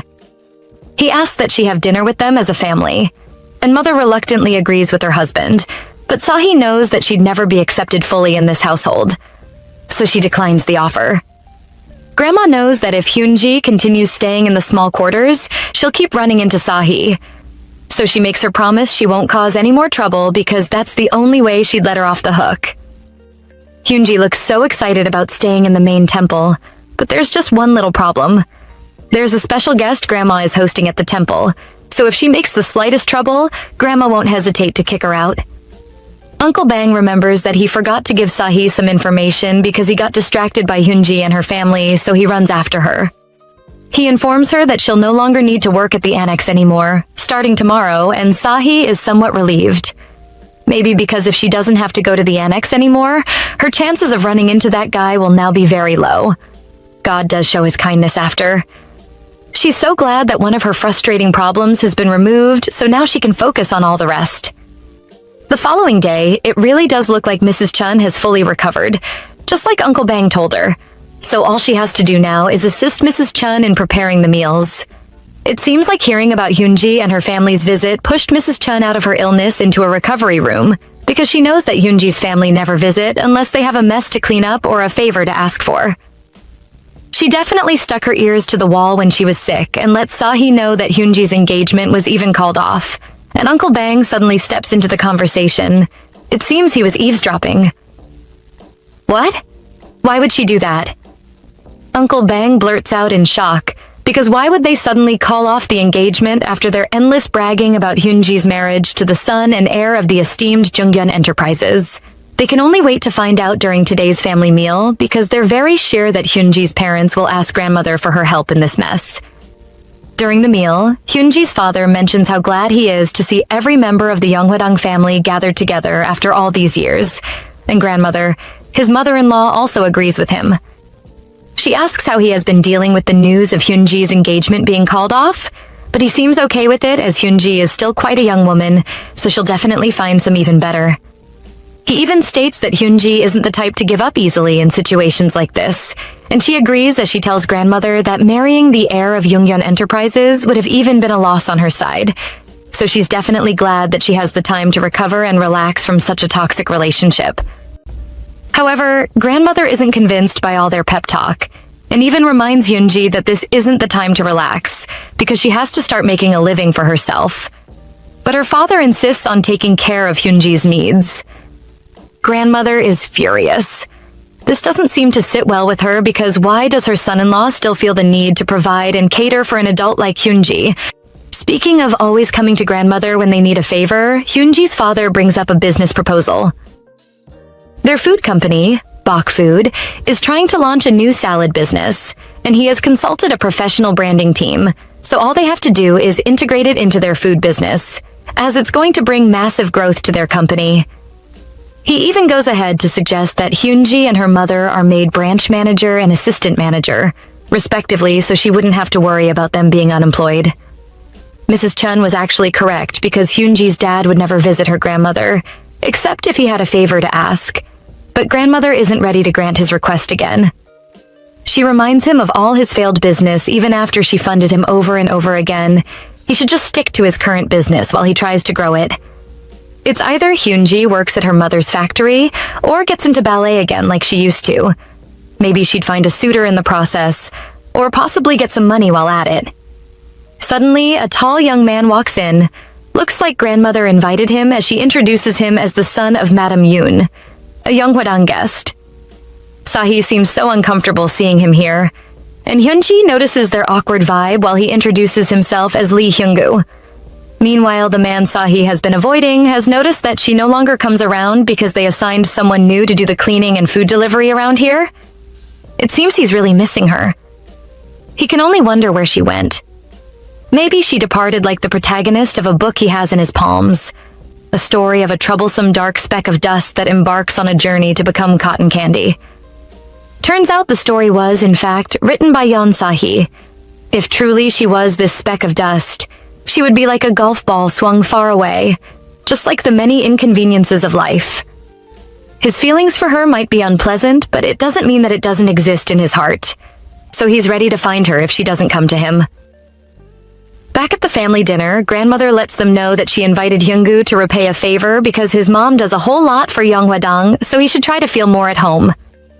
He then goes ahead to share his business card, and Hyunji's father gets one, while the thoughts of grandmother inviting Hyunggu to hook him up with Sahi has clouded Hyunji's head. She decides to shift her mind to the business card that this young man has handed her father, and they're both in shock that he's from the family of Jaehan Distributions, a very famous and wealthy distribution company. Grandmother should have introduced this kind of man to me. Hyunji scoffs internally as Mrs. Chun and Uncle Bang speak about why grandmother probably didn't want Hyunji to stay at the main temple. She's a very cunny girl, and that's why she didn't want her to meet Seo Young, because she'd act the same way she did today because she feels she knows her place. Suddenly, Sahi's smile vanishes, and they notice it. They know she's quite uncomfortable because of Hyunji and her family, so she should probably go to Seoul if it feels too hard for her to cope. Uncle Bang even offers to buy her a ticket while Mrs. Chun promises to put in a good word for her when she speaks to grandmother, and her face suddenly lights up because of how much care and love they're willing to show her. But she lets them know that she's actually okay with staying here. Later that evening, Sahi is outside sketching and writing a story for one of her books when she hears a cat meowing. She sees the lonely kitten and feels pity for it and hurries to get a blanket because it looks cold. She's back and can't find the kitty, but this tall, handsome man standing right in front of her, it's the man she has been avoiding, so she doesn't look so pleased seeing him instead of the cat. He asks if she quit her job because he hasn't been seeing her around, and she asks if he needs something from her. Maybe that's why he's been in search of her. If he tells her, will she be willing to do anything he asks? Those were the questions he bombarded her with. But she assured him that even though what he asks is above her abilities, she'll make sure to find someone to fulfill it. He then instructs her to sit down, but Sahi is worried about what he has to tell her, while he wonders if she has trouble putting her butt on the floor. He cites some cans of soju that she's been having and asks if by any chance she feels cold, especially with the way she's been hugging the blanket that she initially brought for the kitten, but she's just bothered about why he keeps acting this way. He leans over to ask if she doesn't truly know why he's acting this way, and she still remains unshaken. But she might break soon because of how close he's getting. Her phone rings like it's been sent to save her from this man's deadly stare as he tells her to go ahead and pick it up. Turns out to be her classmate from uni. She's asking Sahi if she has considered the document she sent her earlier because it's such a good opportunity that she wouldn't want to miss. She tells her friend that she'd think about it, but she lets her know that thinking about it is a waste of time because there's no one else like this Appa. and she wouldn't want to miss this opportunity. Trust her. Her friend tells her that calling her like this brings back memories of when their class would come together and work till late in the night, although Sahi and Minjae still share a workspace. This man is getting fed up with Sahi's never-ending conversations, and he immediately asks her to hang up. Before Sahi can blink twice, he takes the phone from her and hangs up. Sahi is in total disbelief as she stares at him in confusion. He grabs her by the hand and asks her to spend the night with him. Should she be grateful for this man's straightforwardness or for his honesty? For hitting the nail hard on the head and not prolonging this thing any longer? However, she can't be an easy fish to catch. He has to play the game of teasing and baiting until she submits under him, so she gives a very blunt no to his request. He's curious as to why any woman would reject him, but Sahi definitely knows her worth. Sweet-talking her wouldn't have made her bulge, so she snatches her phone and tells him it's time she takes her leave because he has nothing to say to her as she slams the door. The following day, Sahi feels so dizzy and sick. Maybe she caught a cold last night, or it's simply fatigue from all the stress she's been through, but she just has to quickly assist with the meal preparations like always, and then she'll have some rest. She opens the temple gate to an unpleasant sight. It's Lee Hyung-gu, her former suitor, who lost interest in her once he met Hyun-ji, and he immediately tells her that he isn't here for her, and she isn't surprised at all. She somewhat feels happy that his attention has diverted from her to her stepsister, so she immediately ignores him while Hyun-ji runs up to him with so much excitement that she hasn't seen him in years. Hyun-ji seems like she's trying to rub it in Sahi's face that she can get any man she wants, but Sahi doesn't seem affected by it, because she never liked Hyung-gu in the first place. While Hyun-ji is busy blabbing about all the sweet things that her oppa is doing already, Mrs. Chun calls out for Sahi like she's in some form of distress. Sahi can only wonder what she did wrong this time around. She asks Sahi what she was up to while she was on her sickbed, and Sahi can't remember anything else she did around that time, apart from carrying out the duties she was assigned. She goes further to state that Seo Young, the man Sahi has been avoiding and hates running into for any reason, wants to have his meal at the annex. He usually eats his food at the annex. Well, there's one little catch. He asked Mrs. Chun to come with Sahi because he wants to eat with her. And since she doesn't know what has been going on with them, she's somewhat worried that Sahi must have committed a crime. On their way to the annex, Mrs. Chun tells her that he mentioned something about Sahi having to repay a debt, and he doesn't expect her to believe him because why on earth will Yeon Sahi owe him when they have no close relation? But Sahi remains silent. Mrs. Chun alerts the CEO that they're about to come in as they find him sitting in such a comfortable position while waiting for his bride's arrival, and he looks quite delighted to see Sahi. The CEO commends Mrs. Chun when he sees how delicious everything looks, and Sahi continues dilly-dallying by the food cart just to avoid eye contact with him. But her luck runs out because he notices what she's trying to do, so he quickly calls her over to come to sit at the table with him. Mrs. Chun just couldn't hide her surprised gaze, but the CEO was quite uncomfortable with that. So he asked if she was planning to stand here and stare at them all day, so she quickly realized herself. She asks when she should bring in dessert, but the CEO tells her they won't be needing that as he fixates a sultry gaze on Sahi. Why doesn't this man want to take no for an answer? Why does he think he can get any woman he wants? Even after a firm no, he still thinks he has a chance with her, and a frown unconsciously builds up on her face as she just can't help but wonder why a man can be this stubborn. Young notices the frown on her face and goes ahead to tell her that he didn't think having a meal with her could be this difficult, as he even noticed that she shares a strong bond with the lady that just left. Sahi still maintains her firm no, as a sarcastic smile forms on his face because to him, that no meant chase me, make me want you, and I'm not an easy nut to crack. Sahi just can't believe her ears. This man is quite unbelievable and so extra. She goes ahead to sarcastically ask if he wants her to take off her clothes and stretch herself in bed, just to please him. To her surprise, he buys the idea of taking off her clothes since she suggested it first, and in an attempt to get away from his close gaze, she falls on the bed. Well, since she has willingly decided to grace the bed, she might as well completely do the honors of taking off her clothes as he leans over. Sahi definitely needs saving from this psychopath. She feels a sudden wave of dizziness as her face becomes red and sweaty because the fever from earlier is kicking in as he notices how red her face has become. She can't lose consciousness before this man, who knows what he'd do with her unconscious body. So she tries to stay strong while Jung starts panicking slightly and decides to call his secretary to bring some medications. This man is making Sahi so confused. The other day, he said he wanted to get down with her just once. So does that mean all he wants is her body? Why then is he acting so concerned for her health? Why is he sending mixed signals and trying to lead her on? With all these thoughts running through her head, she falls unconscious. After what seemed like hours, she finally wakes up from her fever-induced sleep. He tries to help her get up, but she's just too weak, so he hands her a glass of water and some tablets. While taking the tabs, she notices a cold washcloth. He must have used that on her to help reduce the fever, as he suggests that she should go to the hospital to see a doctor or stay in his room till the fever dies down. She wants to leave now. She still has the opportunity to walk out of here with both legs, so he offers to walk her to her own side of the quarters. She's scared of the madam seeing both of them together alone. What is she going to think about this? Just when you speak of the devil he appears, they see the madam on their way, and Sahi is really bothered that she begs him to hide her because she can't afford anyone seeing him with her. Lucky for her, Mrs. Chun stops the madam along the way. She decides to take a walk with Mrs. Chun as she complains about how she hardly gets to see her son's face these days, because he's always working while Sahi and the CEO are hiding in the bushes as they eavesdrop on their conversation. His mother asks Mrs. Chun to bring in some desserts for Jung because the traditional pastry she made today tastes so good, and she's sure he'd love to have some. Sahi notices she's too close to the CEO's chest.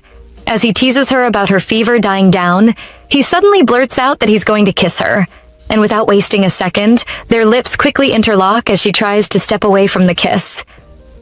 When they're still making out in hiding, she remembers that the madam has gone inside the room now so she can actually leave, but the CEO isn't ready to let go just yet. During their kiss, he noted that this might actually be her first time, especially from the way she found it hard to breathe while they were kissing. But Sahi wasn't interested in anything and just wanted to go. He begins teasing her by trying to fit his hands into her mouth to determine if it was her first time or not, but Sahi bites his fingers, and he immediately continues his good work on her lips. They continue their initial trip to Sahi's side of the quarters, and he tells her to hold on to his arm, but Sahi refuses. But this psychopath isn't ready to take no for an answer. He tells her that if she isn't ready to hold on to him, he'll definitely hold on to her instead. But she basically fears that someone might see them together like that and start spreading rumors. Luckily, the small quarters are quite nearby, and nobody really comes around here. She immediately requests that he leave immediately after they get to the quarters, but he is still quite concerned about her health and hammers that she should remember to take her medications. He gives her a forehead kiss that immediately throws her heart off balance as she quickly runs inside. Why does this man like messing with her feelings? She blames herself for even letting him kiss her when they were in hiding. Seo Young goes back into his quarters as he reminisces on how Sahi was just here a few moments ago. He goes in to take a shower as he paints a picture in his mind of all the things he was willing to do to Sahi if only her fever didn't start. He steps out of the shower and remembers the first day that he set his eyes on Sahi. It was a cold, snowy night, and there seemed to be a traffic jam at the temple. His secretary decided to give him a tour of the area while they were seated in the car as she let him know that the house which his gaze was fixed upon was a shaman's house in Yongwadang. Mother comes in to drag him out of his thoughts as he wonders what must have brought her into his room. But she goes ahead to ask him what the special occasion is since it's just evening, and he has already had a night bath. Maybe his clothes were quite uncomfortable. Well, she definitely has no time to waste, so she asks that they go straight to business as she places a photo before him. It's a young lady named Jisoo. It seems his mother is still on her mission of trying to match him with somebody. The chairman of the Hansen group would be pleased if he heard that he's dating Jisoo, so being with her would be very good for business, especially since she took the pains of flying down to Korea just to see him. Mother also mentions to him that Jisoo said he was her first love, but the CEO doesn't like little girls. Mother insists on him entertaining her for now until it's safe to let go again. She also makes sure to remind him to keep his rude side in hiding until after the date so he doesn't scare her away. Meanwhile, in the kitchen, Sahi is still feeling so sick that she wishes that she could just open up and tell them that she's sick, so she could get some fresh air. She could even get sicker with the deadly gaze Mrs. Chun is giving at her back. She quickly tells them she needs some air, and the other kitchen lady grants her some space. She's outside, finally getting some well-deserved air, when she suddenly sees the CEO with his secretary. The secretary inquires if she works in the kitchen too, and comments that she is a woman of many talents. I'm sure he thought that something went down between her and the CEO. Mrs. Chun comes out to the back and sees her with the CEO, and she's shocked as she wonders what could possibly be going on between them. She invites him in and informs him about the spicy dried green radish soup she made today. She bows her head while waiting for an answer. She elbows Sahi to remind her to take a bow, and the CEO can only wonder why she hasn't gone to the hospital yet.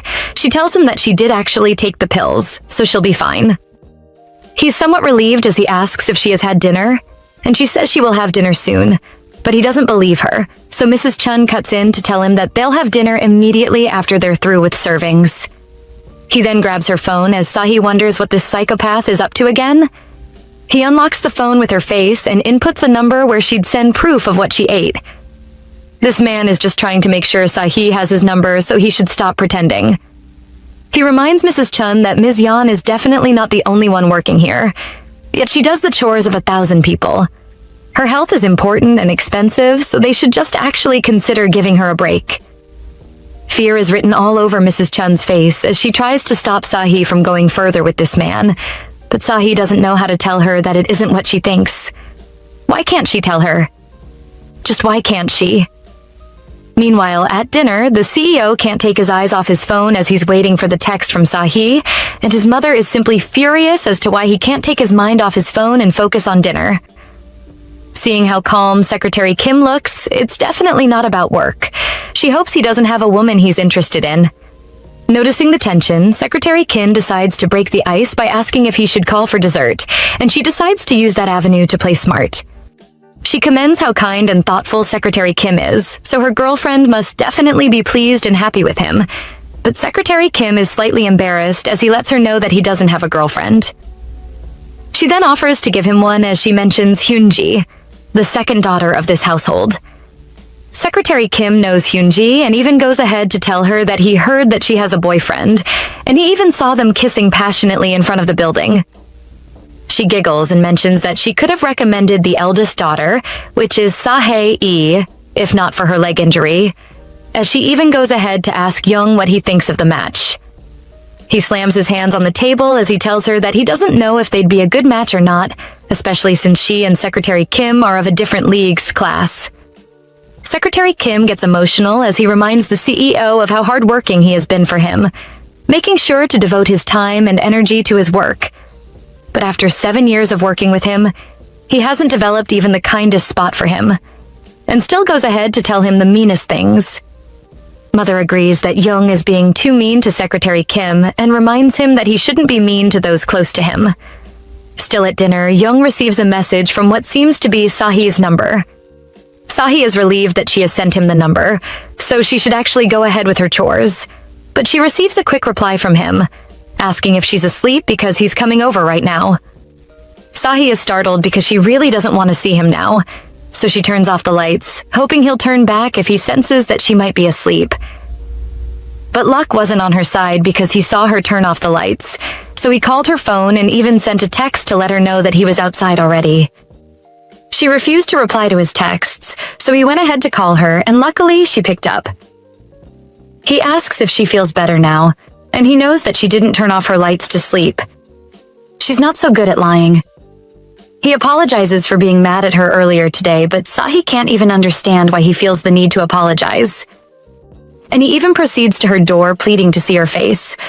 But Sahi doesn't give a reply, so he tells her he'll leave the pills at the front door for her as they try to decide who should end the call first.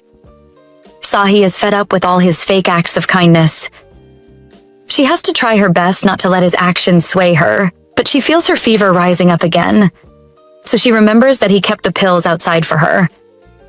She's about to go take them when she notices that this man is still sitting outside her front door, and he quickly turns to meet her while she complains about why he's still here when he says he's leaving. He reminds her that he only said that he'll deliver the pills before leaving, not that he was actually planning to leave. He even goes further to hand her the pills as she contemplates if she should give in to this man's request, so he'd leave her alone. It's something she'll just have to endure for a short while and something she'd probably forget as long as they don't get caught. She instructs that he should only come at night, but he also wants to be able to see and speak to her during the day too. But she knows that it's just a fling that should start and end right here in her room. He finally decides to leave as he thinks about what "come only at night" implies. She definitely doesn't know what she's up for. He bumps into his mother, who's asking where he's coming from, while he lies about how he just took a walk and proceeds to ask what she's doing outside too. She tells him that she just felt stuffy after the call from his father about that embezzlement case that he uncovered, as she has been informed that the police will no longer investigate Taejun, who committed the crime, and Central Director Kang Munju will be investigated instead. He doesn't look surprised, which makes his mother ask if he knew about all this already. But it's nothing surprising to him because he already suspected that his father is trying to give the chairman of the board of directors to Taejun. It turns out to be the CEO checking in on her to make sure she's fine, especially after last night's stress, and he also wants to know if she'll be making breakfast, but it's just dinner she has to make for today. He's also going to make sure to call later in the day just to make sure she answers. Later that day, she cannot help but anticipate what time his call is going to come in, but her phone buzzes with a message from Mrs. Chun telling her not to come help them make dinner tonight. She then gets a call from her friend, the same one that called the other day. Young asked her to end the call, and he was still furious about how she ended the call that day. She also didn't pick up his calls or even reply to his messages, which made him very worried about her well-being. He lets her know that they're planning an alumni meeting with their classmates from high school, and she should consider coming this year because she's always the only one that is absent. She has been at Yeonghwadang for so long now, and she can't even remember when last she left here. She has no intentions of coming to the gathering either, so she just agrees so she could get him off the line. He's surprised that she agreed to come and tries to hide his shock so she won't change her mind. He offers to come pick her up, but she asks him not to stress himself because heading up to Seoul with all the stress will be the best thing to help her clear her thoughts right now. Young didn't end up calling her again because he got caught up with so much work that he ended his night in frustration. The following day, Sahi is still upset that he said he'd call her back when he never really meant it. Well, she has to deliver the honey rice cakes he got her to Mrs. Chun. She'll need it more than she does. She sees Hyunji with Hyunggu again, and the rumors about them getting closer are actually true. So she has to leave before they see her, but Hyunggu catches a quick glimpse of her. She tries to ignore him, but he demands at least a hi from her, especially since they were once classmates, and might even become family soon. He teases her about how well things are going with the CEO, and she tries to act like she doesn't know what he's talking about. But he even goes further to tell her that getting her hopes up will only hurt her own feelings. Men in his class usually date women they can't marry, and he'll only date her and then marry someone else. Hurting her feelings is only possible when the other party is a charming prince on a white horse. But that man's behavior is similar to that of a villain, so she'd definitely not get attached. She teases him about getting his eyes checked because he doesn't know what he's talking about, and he gets furious. Later that day, she tried to focus on her writing and drawing and stopped waiting for a call that would never come. She should be used to men like Young by now. She remembers what Hyunggu said, and she already knew how men like him behave. She just felt he'd be a little different. She falls to the ground as she tries to think lightly about the situation at hand as she hears Young ask if she's through with her work. He picks up her sketchbook to see what she's been up to while he was away, while she tries to stop him from seeing the contents of that book. He finds a sketch of him on the first page, especially his designer watch, and he concludes that she might possibly want the watch as he tries to fit it on her, but it's just too big for her wrist. He proceeds to tell her to keep the wristwatch as payment for her drawing. Back at his quarters, Secretary Kim informs him about the pro opening game and if he's still willing to attend the event in Seoul or whether he should cancel, for he is absent-minded. He's still staring at the sketch she made for him, but later catches up with Secretary Kim's train of thought as he agrees to go back to Seoul only for the game. Mrs. Chun, Uncle Bang, and Sahi are discussing whether Sahi has agreed to meet up with her secondary school classmate because he really seems to like her. She couldn't wrap her head around how they were talking about rice cakes a few minutes ago to now talking about this. They even heard that the rice cakes were from a very popular restaurant that even appeared on TV. They must have really liked her then. However, he seems very clueless because Sahi doesn't like rice cakes apart from the ones made in Yonghwadang, and they were so delicious that she ate an entire pack and even served some to those at the annex. Sahi is shocked. What if Young finds out that she rejected the rice cakes? That picky eater of a CEO even cleared his plates and has never done that whenever dessert is served. So he can only wonder if he's mad at her, especially how he went to such lengths to get her those rice cakes. But she gave them to someone else. She suddenly receives a text from him asking if he could visit her tonight for something serious. Back in her room, she goes through their alumni group chat to see what's been going on. She finds out that everyone is so excited that she's finally coming for the reunion this year, while others seem to believe that she's actually going to come. She honestly wasn't avoiding any of her classmates. She had just been stuck in Yonghwadang for quite a while, and she had forgotten how to communicate with the outside world. She actually has to give Juwon a reply soon about the offer of studying abroad. She's torn between going to study abroad or continuously wallowing in this pit hole. If the offer had come a while back, her bags would already have been packed and ready to go. But now that she has started developing feelings for the CEO, this has become quite a tough decision for her.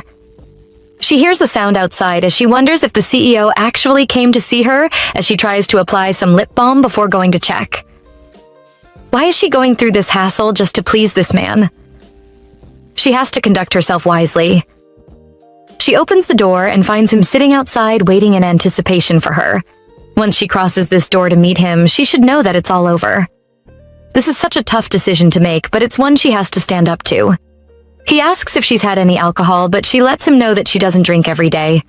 So he proceeds to ask about her drawings. But she's not ready to answer. Not after he found a sketch of himself in her book.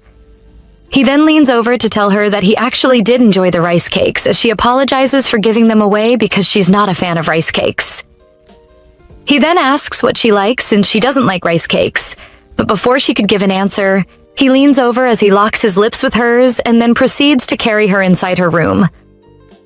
She just wants him to be over with this thing and even asks that he turns off the light, but she's such a magnificent sight to behold that he just can't turn off the lights. He makes sure that she is relaxed enough to enjoy the ride of her life because this night isn't ending so soon.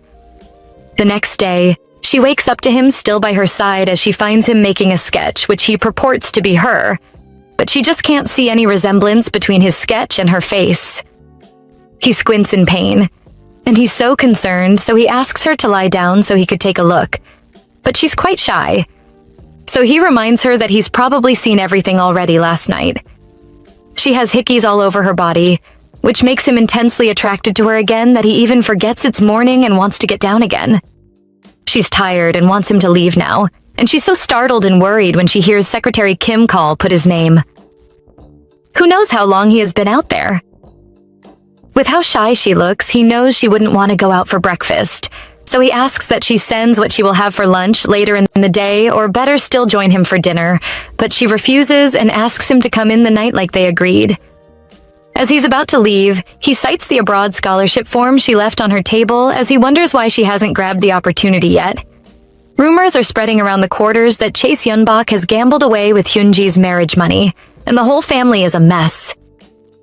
Hyunji is crying her eyes out while her dad is trying to beg the saintess, as if begging would quench her anger. Mrs. Chun is away, and there's nobody to serve the CEO's meal as nobody in the kitchen is strong enough to face that rude CEO. Uncle Bang is chosen to do the honors, but he has so much to do already that serving the CEO would only take up so much of his time, so he begs Sehee to go instead.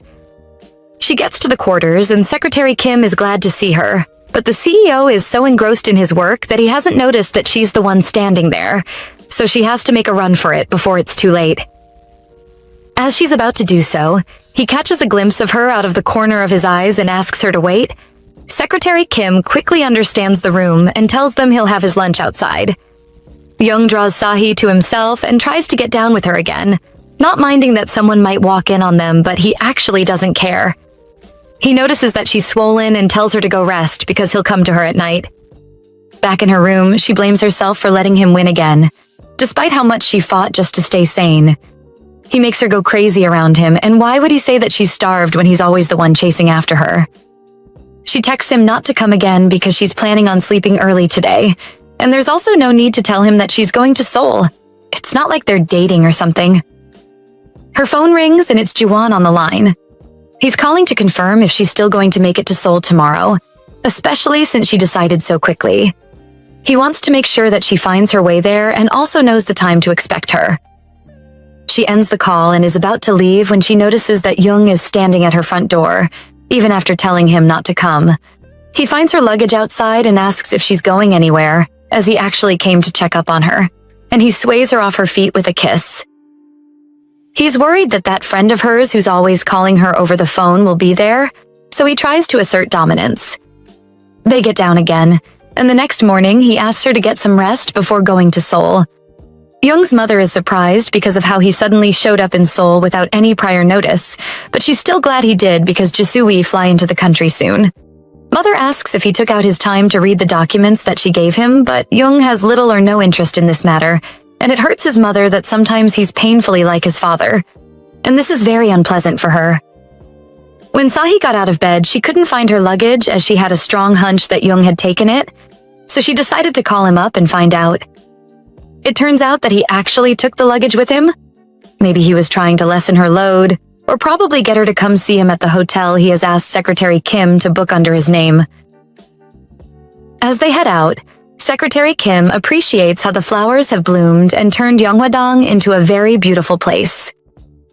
Meanwhile, the CEO reminiscences on how the first time he came to Yeonghwadang was so snowy. Instead of the flowers they're seeing now, it was snow all over. He passed Sahi by as he took a keen notice of her doll-like face, as what he felt for her initially was a sense of kinship. Then curiosity came by, and now he just wants to see emotions bloom on her dollish face. Now he's stuck in his bullshit, and can't find a way out of this mess that he created for himself by trying to get to know the talked about woman Sahi. Return it. My luggage. These words brought him back from memory lane as Sahi demands that he hands her luggage right away.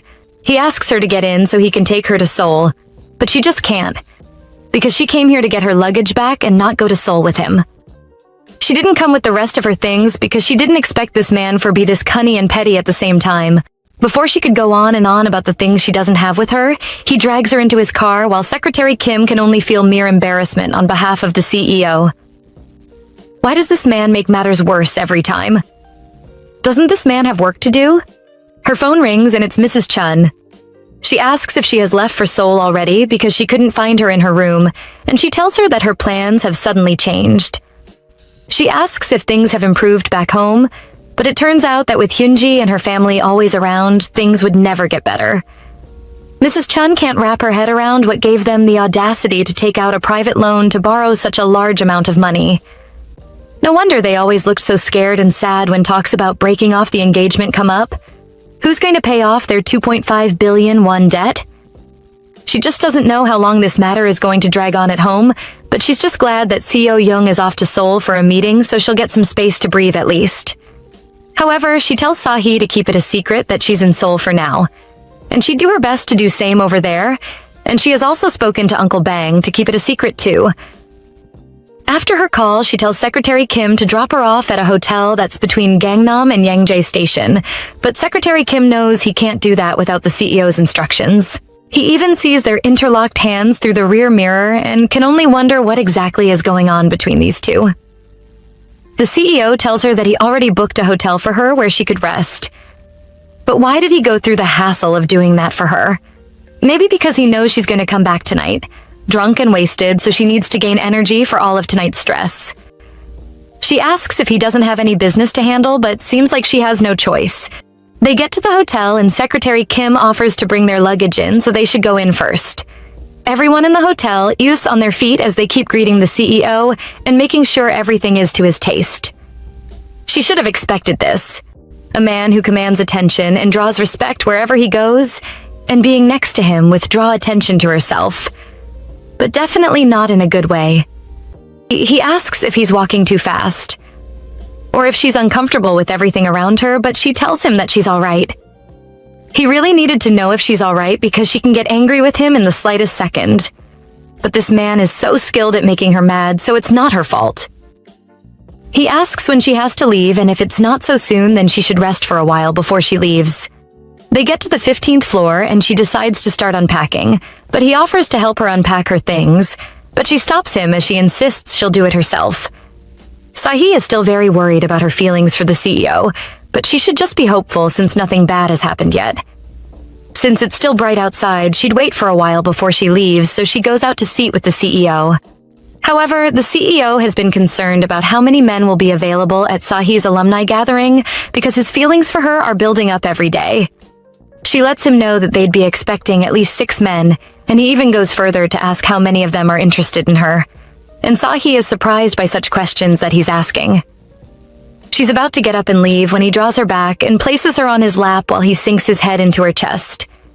He notices that she's already so wet and she's too embarrassed, so she looks away. But he fixes his gaze on her because he wants to connect with her soul and make her feel every bit and ounce of him. He reminds her that she has to leave soon, and he even offers to come pick her after the party, because he's so sure she'd probably get so drunk because they haven't seen each in a long while. He asks her to be ready to pick up her phone and try not to drink so much before he comes. In a hidden corner at Yonghwadeng, a confrontation is ongoing. Lee Hyungu seems to be in disbelief and is emotional as he questions Hyunji about some rumors he has heard outside. Rumors are circulating around about her planning to marry someone else, and even breaking off her engagement. He demands answers from her. Hyunji is completely unbothered by Hyungu's emotions. In her mind, she thinks about how sick of everything she is. She doesn't know why breaking off her engagement is such a big deal. Listening to Hyungu accusing her of trying to deceive him by breaking off her engagement and getting with him instantly, she likens it to dating someone and breaking up with them. She doesn't get why everyone is acting like it is a big thing. She can't help but feel some resentment for the man who got her into this state, Woo Seon-ho. She remembers everything that occurred between them, how she was supposed to marry someone else but fell for Seon-ho. He was the only one who made her feel seen and special. Since she was young, she has always felt invisible. She felt that everyone's attention and love was always on Sahi. Every time anyone compared her to her stepsister, she always fell short. She was neither their parents' favorite nor their priority. That was what led to her pushing her sister off the cliff. But everything changed with Seon-ho. With him, she felt loved and important. Everything in the world felt like hers. So when Seon-ho whispered some sweet words to her and asked to borrow some money in her name, she fell for it. She didn't leave and chose to believe in their love. In the end, she was betrayed. Back to the present, she feels glad her family agreed to lie that the debt was her father's. Thanks to that, they were able to garner sympathy from her grandma. She makes up her mind. Since she was used in the name of love, she will use others' love for her as leverage against them. She pretends to be mad and tells Hyungu it is up to him to believe whatever he wants, she doesn't care. She finds it laughable that she is doing this but doesn't stop. She shouts and tells him he can leave since he prefers to hear others' opinions and has no intention of listening to her. When she says she is disappointed in him, Hyungu becomes angry and questions how on earth she could say she is disappointed. Hyunji acts sad immediately, crying about how the marriage was forced on her because of the condition of her father's company. She complains about how it was just an act to make her grandma believe she was living well and she didn't really love the man. She just couldn't break off the engagement. Seeing her crying, Hyungu feels guilty and all his anger is gone. She hugs him and says she was going crazy too after meeting him. In her mind, she refuses to believe this is her life. 25 million in debt, expulsion from her dream ballet troupe and breaking off her engagement. She can't accept this. In another city, our female lead Sahi is attending her class reunion. She is sitting next to her friend who teases her. She talks about how it feels like they have traveled to their past days of working and getting drinks after with her here. Sahi denies this and points out that it must be because her friend's former crush, Park Min-jae, is here. The lady silently agrees and remembers him as being crazy in love. She wonders if Sahi isn't take back to their boy-crazy days upon seeing Min-jae. Sahi advises her to stop drinking, but her friend just leans closer and asks if she is seeing someone. Before Sehee can respond, she answers the question herself and says it is impossible. There are no guys in Seoul, so how could there be guys back in Sehee's home? We don't know what Sehee thinks of, but she blushes. Someone pokes her shoulder and she turns around. It is her friend Kim Jwan, who informs her someone has been calling her. Taking her phone out, Sehee makes a strange face when she sees the caller. It is Young Tayon. She steps outside to answer the call. Young Tayon demands to know where she is and she replies she is at a pub. He wants to know if she drank a lot, but she denies and says she only had a little. He feels she must be very drunk since she is speaking so casually. She tells him he is speaking casually too. He doesn't feel comfortable leaving her there and wants to know her exact address. She refuses, insisting she can get home by herself. She randomly thinks about how she can't see the stars from here because of the crowded buildings. Young is a bit frustrated and asks her if she wants him to go crazy and search all around Gangnam. She chuckles, not believing he will go that far, but he dares her to try him. Knowing he can do such, she stops laughing and promises to tell him the address. She gives him a condition: he can't step inside though. When he arrives, he should give her a call and she will meet him outside. He scolds her, asking if she knows how many missed calls she has. She vows to pick up the phone this time. Unknown to her, someone is approaching where she is. Sehee wants to know when he will arrive. He isn't sure but still asks her to wait for him. Done with the call, Sehee hears someone call her name. She turns around only to see her friend, who immediately raises an alarm, yelling out to everyone about Sehee dating someone. Back inside the pub, Sehee is the focus of her classmates. They pester her with questions about her boyfriend, how they meet, how old he is, and if he is handsome. Sehee is feeling very uncomfortable. She tries to explain they are not in a relationship, but her female classmate is not buying it. She demands to know why he would come pick her up if the two are not dating. Kim Jwan, Sehee's friend, approaches and the female classmate informs him that Sehee has a boyfriend. Jwan is unsettled and his face pales. Sehee insists he is not her boyfriend, but no one believes her. Her friend wants to know what they're doing if they are not dating, which makes Sehee keep quiet. She can't expose that they are just intimate partners, can she? Very soon, a car pulls up outside the pub, making them all very excited. They admire the expensive car and pass the news around. Sehee tries to escape outside, but a male voice from behind stops her in her tracks. She stares forward with wide eyes. It seems Young forgot her instructions because he is standing behind her right now. He puts an arm around her shoulders as he greets her classmates, calmly introducing himself as Young Tayon. Seeing the tall, handsome man, Sehee's classmates are a bit flustered. Her female classmate immediately offers her seat to Young. The rest are surprised and question if he is really Sehee's boyfriend. Our girl is a bit scared and tells Young to quickly leave. He doesn't listen to her, however, and instead admits that he is her boyfriend. She leans closer to him and demands to know what he is planning, as people will misunderstand. Young ignores her still. He is on a mission. Looking to his left and right, he immediately spots two rivals. He smirks and moves to stake his claim. He whispers into Sehee's ears, telling she can just pretend they broke up later. His proximity makes her blush. She wonders to herself why he is doing this. They are supposed to just be a one-night stand, but it seems like they have become lovers.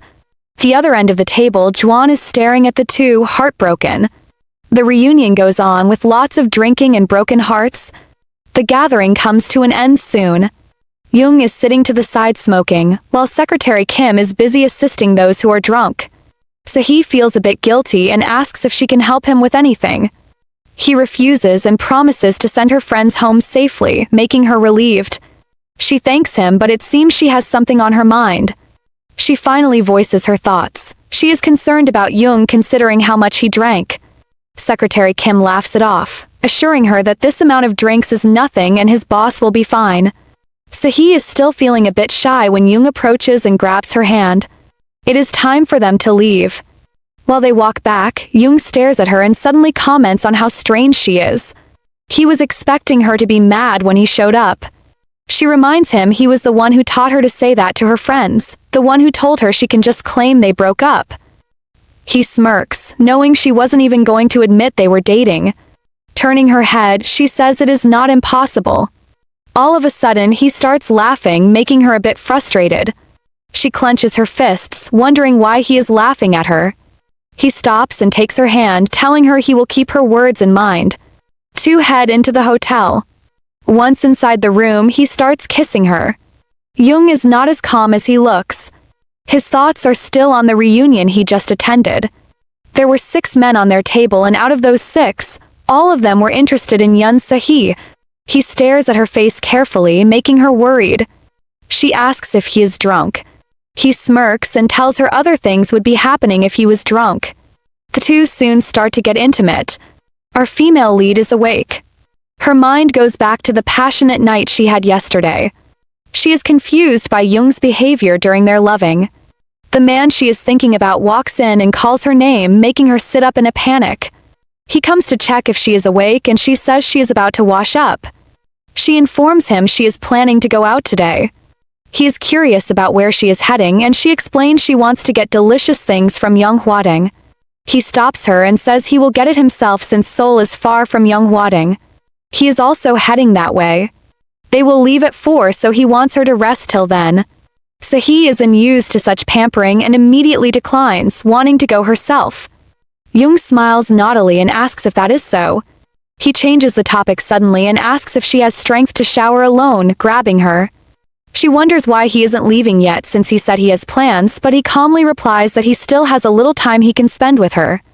Hearing the way he says her name like she is his precious, she tells him to stop calling her like that. She finds it weird. Her sentence triggers another round of loving. This time when she wakes up, it is evening. Jung approaches her and tries to place an anklet on her injured leg. He claims to have picked it himself and isn't sure if she will like it. She hurriedly tells him to stop gifting her and to take his things back. Done with placing it on her, he refuses and asks her to throw it away if she doesn't want it. He accuses her of even doing this before. He leaves the room, but not before telling her to get ready so they can leave. What he thought is a romantic gesture, however, leaves Se-hee feeling sad and inferior. Of all things, why did he have to get her an anklet? The only thing it will do is draw attention to her every movement as she limps, which she doesn't want. Pulling the blanket up to her mouth, her face is clouded with sadness. She hates this. She really hates feeling so inadequate after receiving a gift. Secretary Kim has taken their luggages downstairs. The couple watch him leave. Jung reaches out his hand for Se-hee to hold as they leave.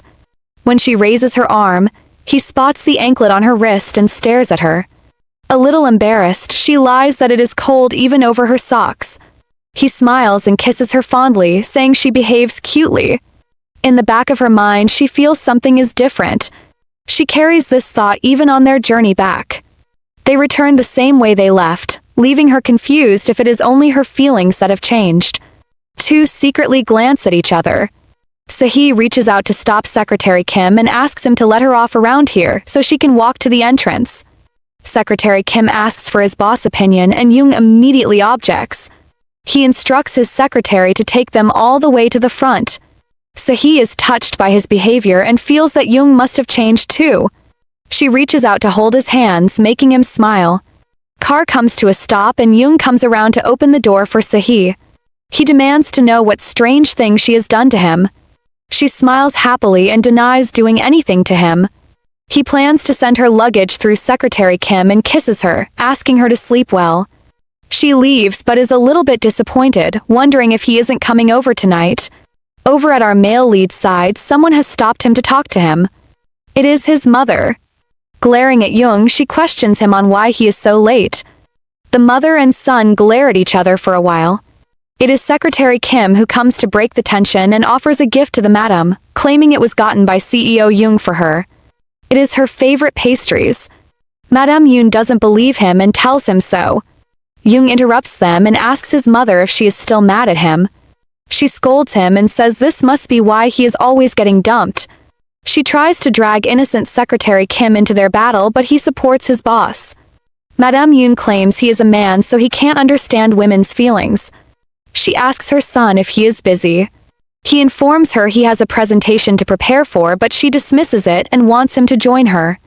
They're mother and son after all, so he has to oblige her. She turns around and invites him for some tea. Inside her room, Sehee is staring at the tons of messages on her phone all about her boyfriend. She places her phone down and buries her face in her hands. Staring at the anklet on her wrist, she knows someday when the time is right she will have to tell her friends about their breakup.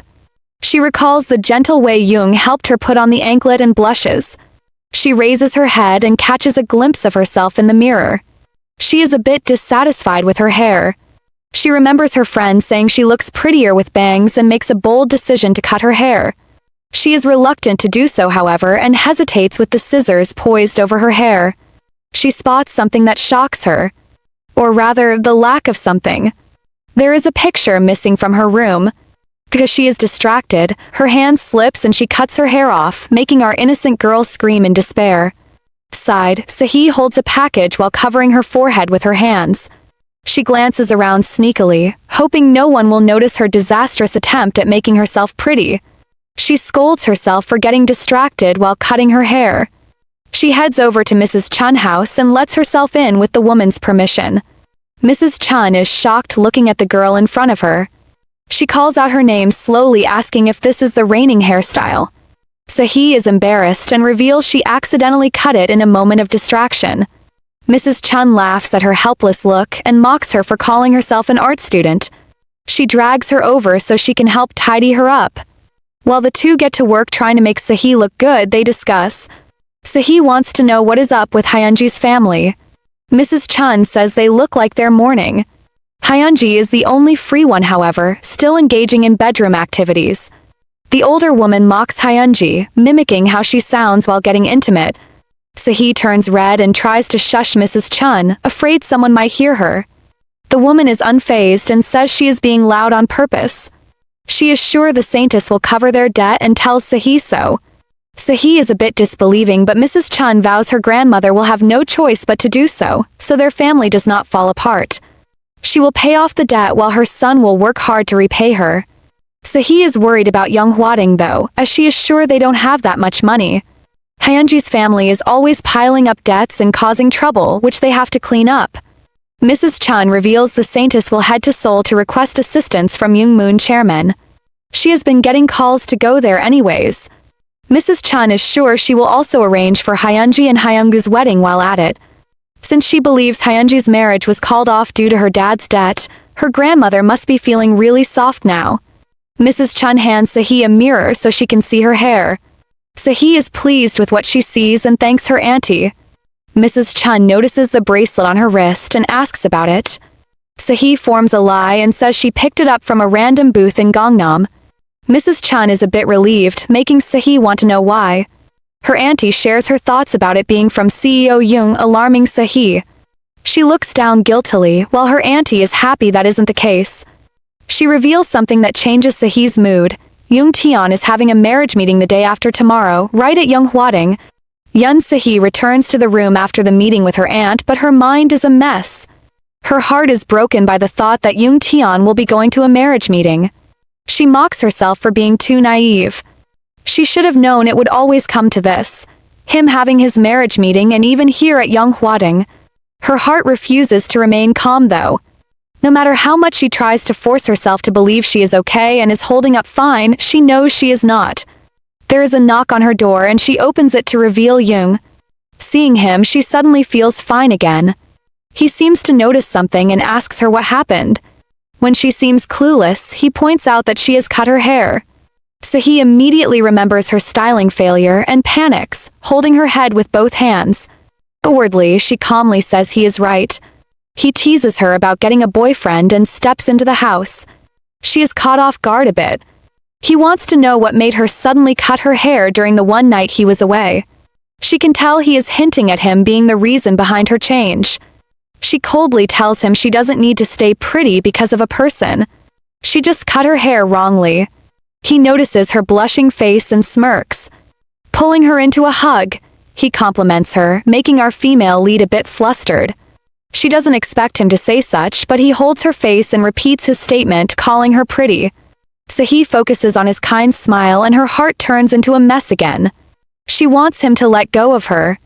She can't recklessly throw herself into this heat of desire for someone that isn't even hers. Jung is more focused on getting her to smile.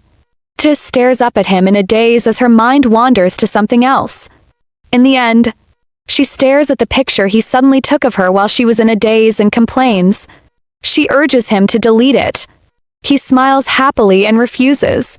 Sahi's heart gets messy again as she wonders why such a picture would be significant to him. She suddenly remembers the picture that went missing in her room. It was a photo of her with her male classmates. She deduces that it must be Jung who took that picture from the wall. The culprit is still busy admiring the picture that he took, and says it is a shame. It would have looked even better if she smiled. His words dampen Sahi's mood again. It was so easy for her to smile in pictures back then, so why is it difficult now? Jung wants to retake the picture, but Sahi is feeling horrible. She can't deny anymore that the news of his marriage does affect her. Her insides are even turning upside down. She can't pretend to be fine any longer. She wonders if she is the only one feeling so conflicted. Does Jung not feel it too? He pulls her closer and she suddenly can't control her emotions and pecks him. Tayon is pleasantly surprised and then asks if she had a good rest last night. When she says yes, he immediately starts getting intimate. Sahi's heart is not in it, however, as she wonders if she can ask him what this night means to him. Does it mean something more to him, or it's just casual? Jung says randomly that they should change the bed, but she refuses.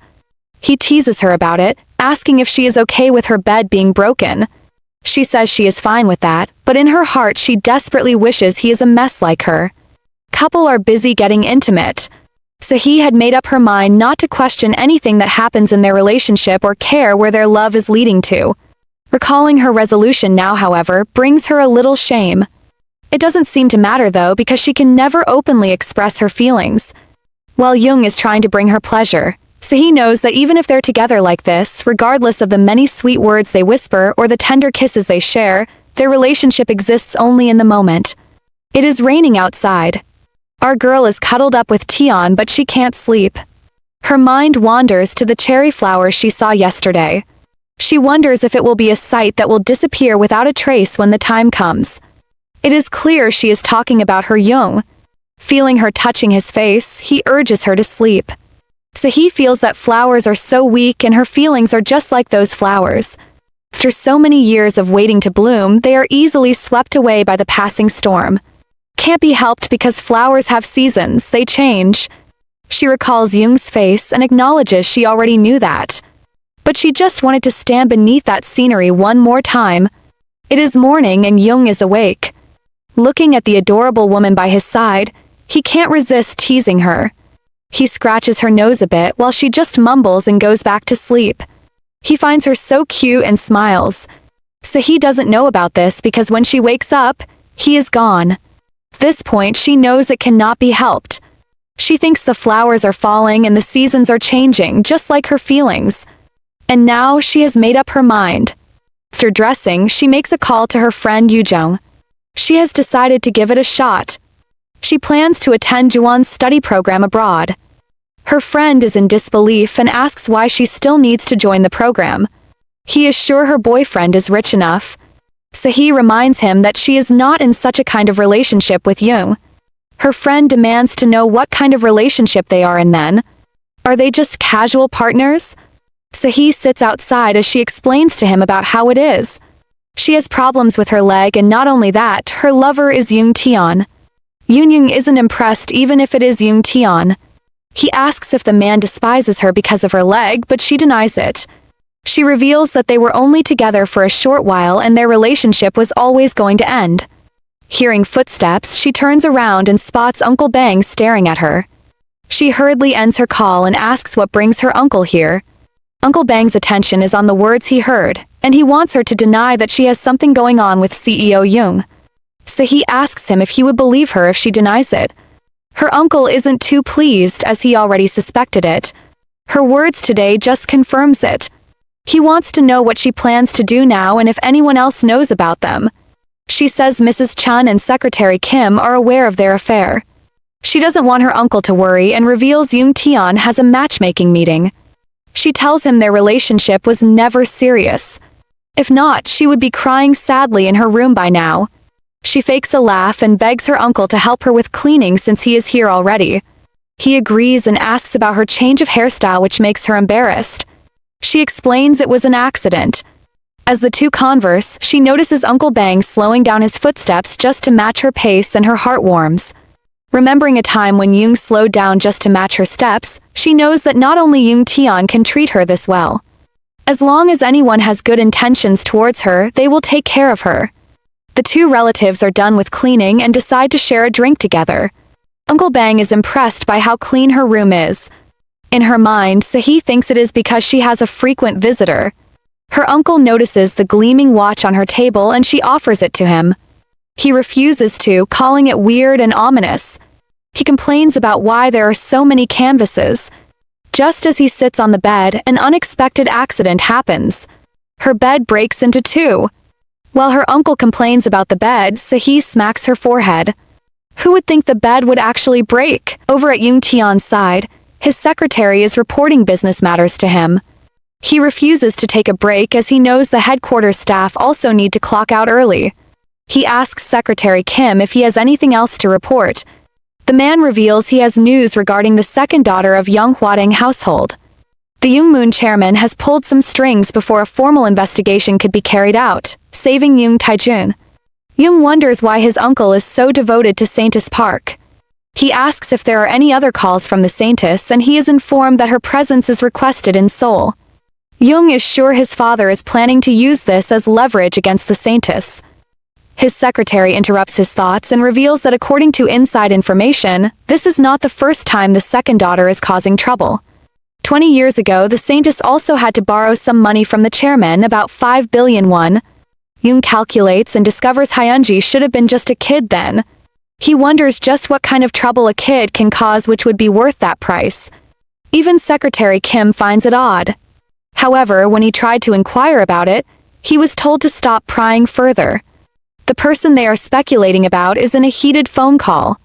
Hyunji is arguing with the other person on the line, who we discover is the ex that deceived her. She scolds him for calling her now after blocking her and changing his number. The man doesn't seem bothered and asks her to calm down, making her even more furious. She demands to know where he is so she can kill him. He says he is already in trouble without her adding to it, and tells her to calm down. His words send her spiraling as she shouts about how she is in more danger than he is. She asks how he plans to fix her life.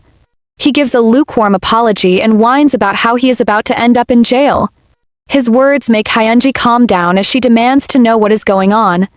Standing outside, Hyunji is in deep thought. Taejun has gambled away the money he embezzled from Youngmoon Constructions, putting them all in trouble. She regrets accepting money from him. Now, Taejun will walk away free while her family will have to take the fall for him. Although everything seems quiet now, soon articles will be released about this. That's why she urgently needs money. Looking at Hyungu waving at her with a bouquet of flowers in hand, she is determined. This is her only option before her grandma finds out. She hugs Hyungu softly, saying she thought he wouldn't come. He reminds her he has promised to protect her. Handing her the flowers, he urges her to marry him. While Hyunji pretends to be surprised, in her mind she thinks marriage is not enough. She needs more assurance, and so she turns away. She asks what he would do if his parents don't like her because of her dad's debt. Hyungu is eager to please his lover and pats his chest, promising to convince his parents. Hyunji apologizes and thanks him. She gives him a hug, but in a place he cannot see, she smiles viciously and calls him a stupid fool. Sahi is holding a 1-minute silence for her deceased bed. She has been using it since elementary school, and up until now it has sufficed, until it met the murderer Young Taeyeon. She blushes as she didn't really expect the bed to break from their intimate activities. She gets a call and picks it. It is the bed destroyer Young Taeyeon. He wants to stop by to see her, but Sahi is a bit reluctant.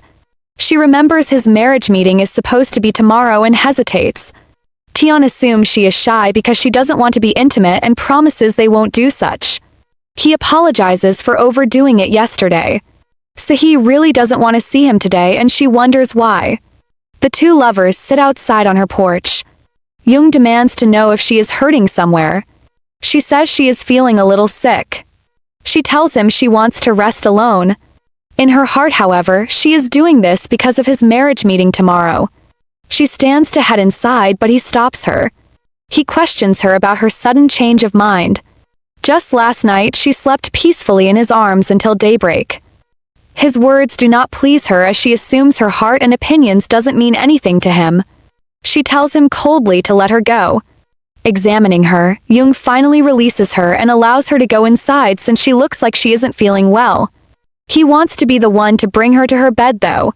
She tries to protest and tell him something is wrong with the bed, but he cuts her off. He was wrong, so the least he can do is this. She still tries to stop him but gives up and leans against his chest. Tayon is shocked when he enters the room and asks her in surprise what happened to the bed. She descends from his arms and claims she changed it because it was too old. He can see through her lie and smirks at her. He squishes her cheeks and informs her she is supposed to demand compensation in a situation like this and not ask to be left alone.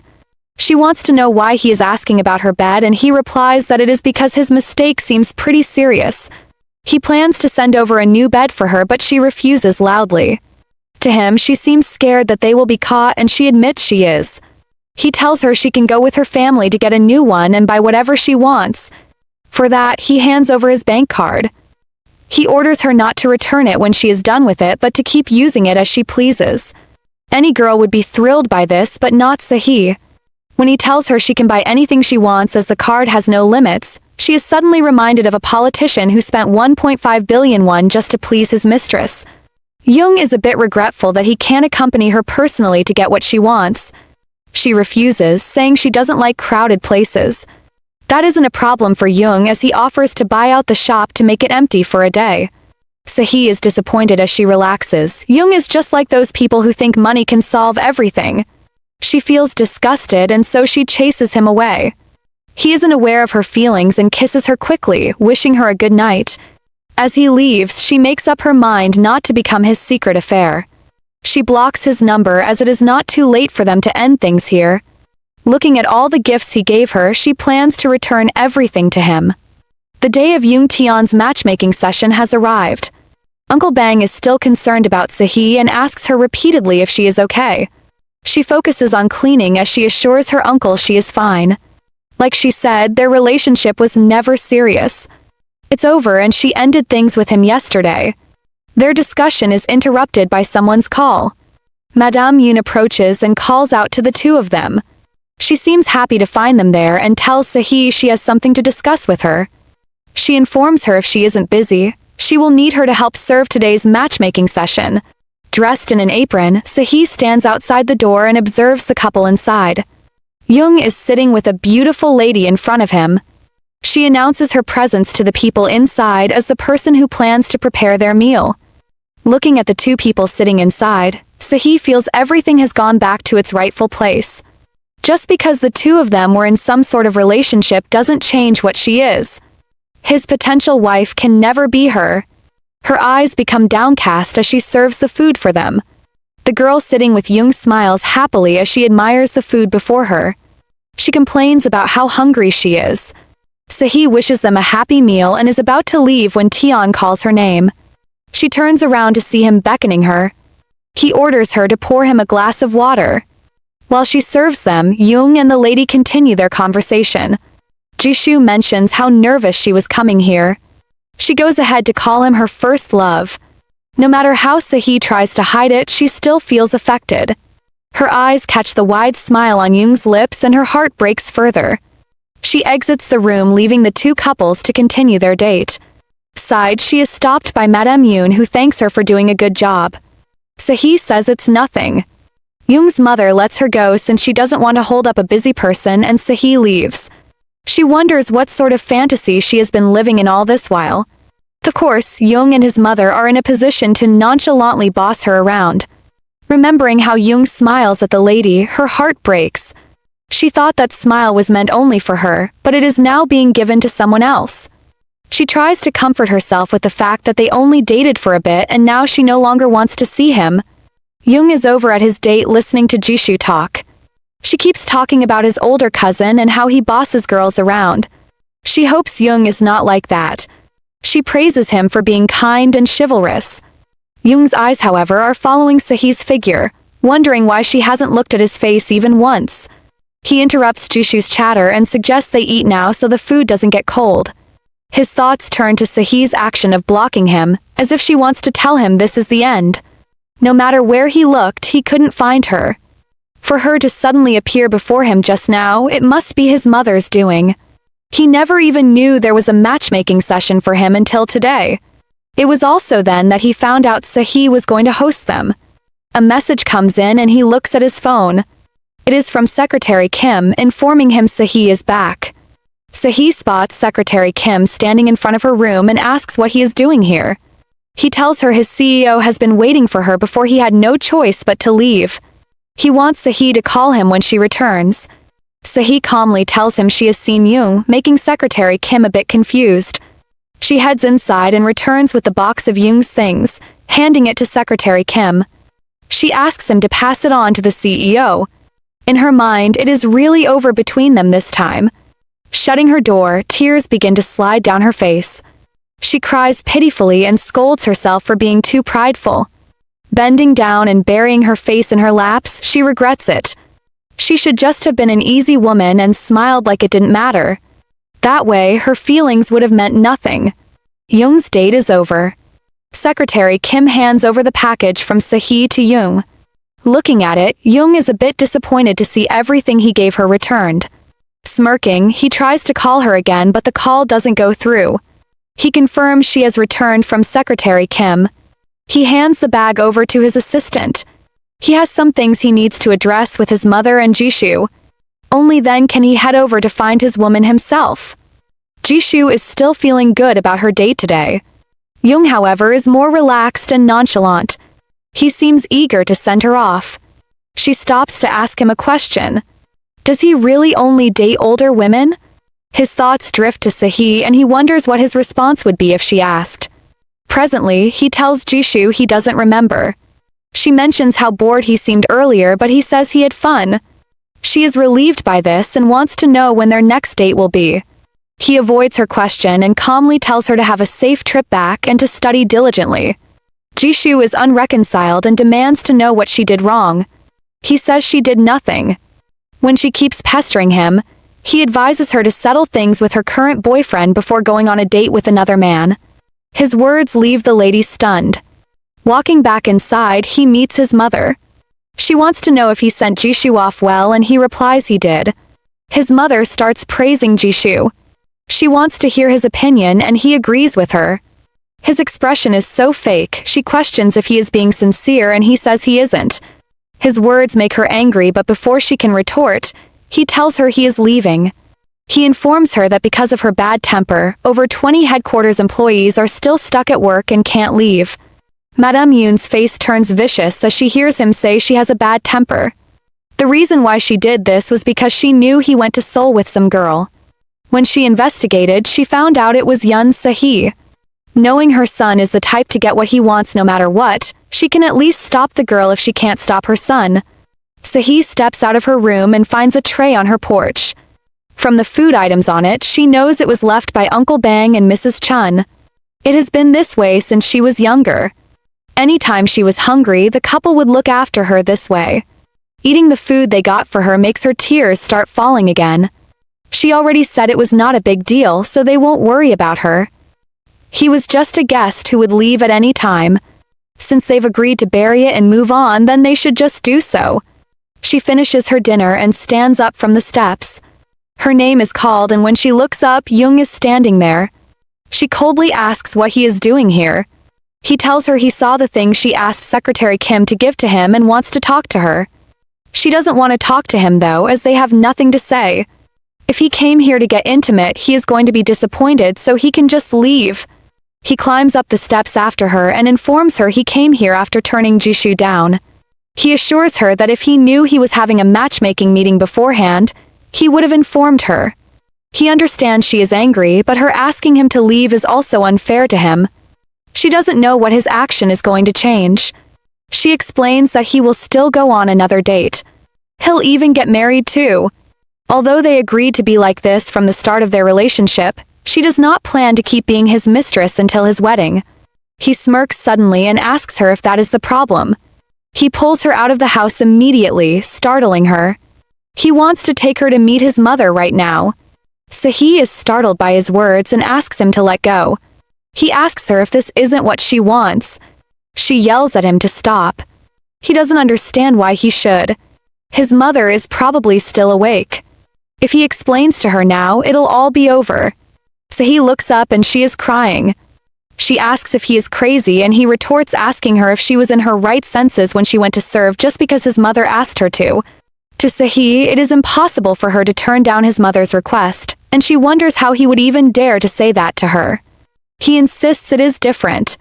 She points out that him asking her to pour water and fetch his golf ball is no different from what his mother did. To them, she is still just a servant that lives here. Jung is heartbroken by her tears and wipes them away. He hugs her when she wails because she can't refuse his mother if even he thinks of her that way. She buries her head in his chest as she scolds him for daring to still bring her to his mother.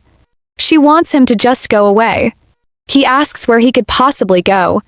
She tells him go on a date, get married, and do whatever he wants. He refuses and asks her to look at him. He would never do that and has never thought so lowly of her. Jung explains to his woman why he did these things. He asked her to pour water for him, not because he thought of her as a servant, but because he was mad at her for trying to run away from him. She doesn't believe and calls him a liar. He stretches her cheeks immediately. With how bad she is at cleaning, how could he even think of her as a servant? Every time she comes around, there is always something that ends up bothering him. He asks her if she didn't realize that he was interested in her from the start. Then why did she pretend not to know? Also, the golf ball was just his attempt to mess with her. He wanted her to just look at him even if it was once. Sahi refuses to believe as she thinks it is ridiculous. He tells her if she doesn't believe, he can grovel and beg at her feet right now. She is shocked by his words. He stuns her further when he hugs her and apologizes. He admits he is wrong. She pushes him away as she doesn't want to misunderstand that he actually thinks of her as a special person. Jung Tayon to everyone is a power tripper. It is only in front of Sahi that he feels like his actions are special. He hugs her again and assures her it is not a misunderstanding. To him, she is always special. He asks her why he would comfort her if she wasn't special to him. He wouldn't do something that crazy. She is indeed special to him. As he says this, he lifts her hands and kisses it. She is insanely aggressive, stubborn, and so pretty. Two push into the house. Sahi wants to know if they are getting intimate again. Jung reminds her she was the one who didn't want anything else with him. She is the one who didn't answer his calls during the day. She tries to defend herself by saying he wanted to sleep with her just once. He asks her if she was sad and she asks who will be happy to hear those words. He suggests they start going on dates. Sahi thinks he is joking, but he assures her he is not. There are a lot of things he wants to do with her and to her. She blushes because of his words and suddenly remembers his date. Did he really reject her? He replies positively. She asks further if he will go on any more matching-making sessions and he says he won't. How can he go on more dates when she is already this made about just one? He brings up her blocking him while he thought she was sleeping, making him worry all day. She smiles and promises to unblock him, which he appreciates. He reminds her to also answer all his calls. Jung wants to know why she didn't throw a fit if she really hated it that much. She turns away, saying she doesn't have the right to do that. He isn't pleased as this won't do. From now on, she has to stop jumping into conclusions without asking questions and instead wait to hear his explanations. He makes up his mind they'll get intimate today and have a date tomorrow. She doesn't know where they can possibly go and he says anywhere. She can even come over to his place. She protests as they will get caught, but he admits that is his plan. He wants them to get caught. His words leave her dazed. Our main leads are busy getting intimate, but while the two are having a happy time, there is someone else who is having a bad day. Madame Yoon is very angry. She is on a call with Jisoo's mother talking about how the blind date failed. She just can't understand her son anymore. Why would he ruin such a good opportunity? He promised to go along with their decision before and marry someone their family chose.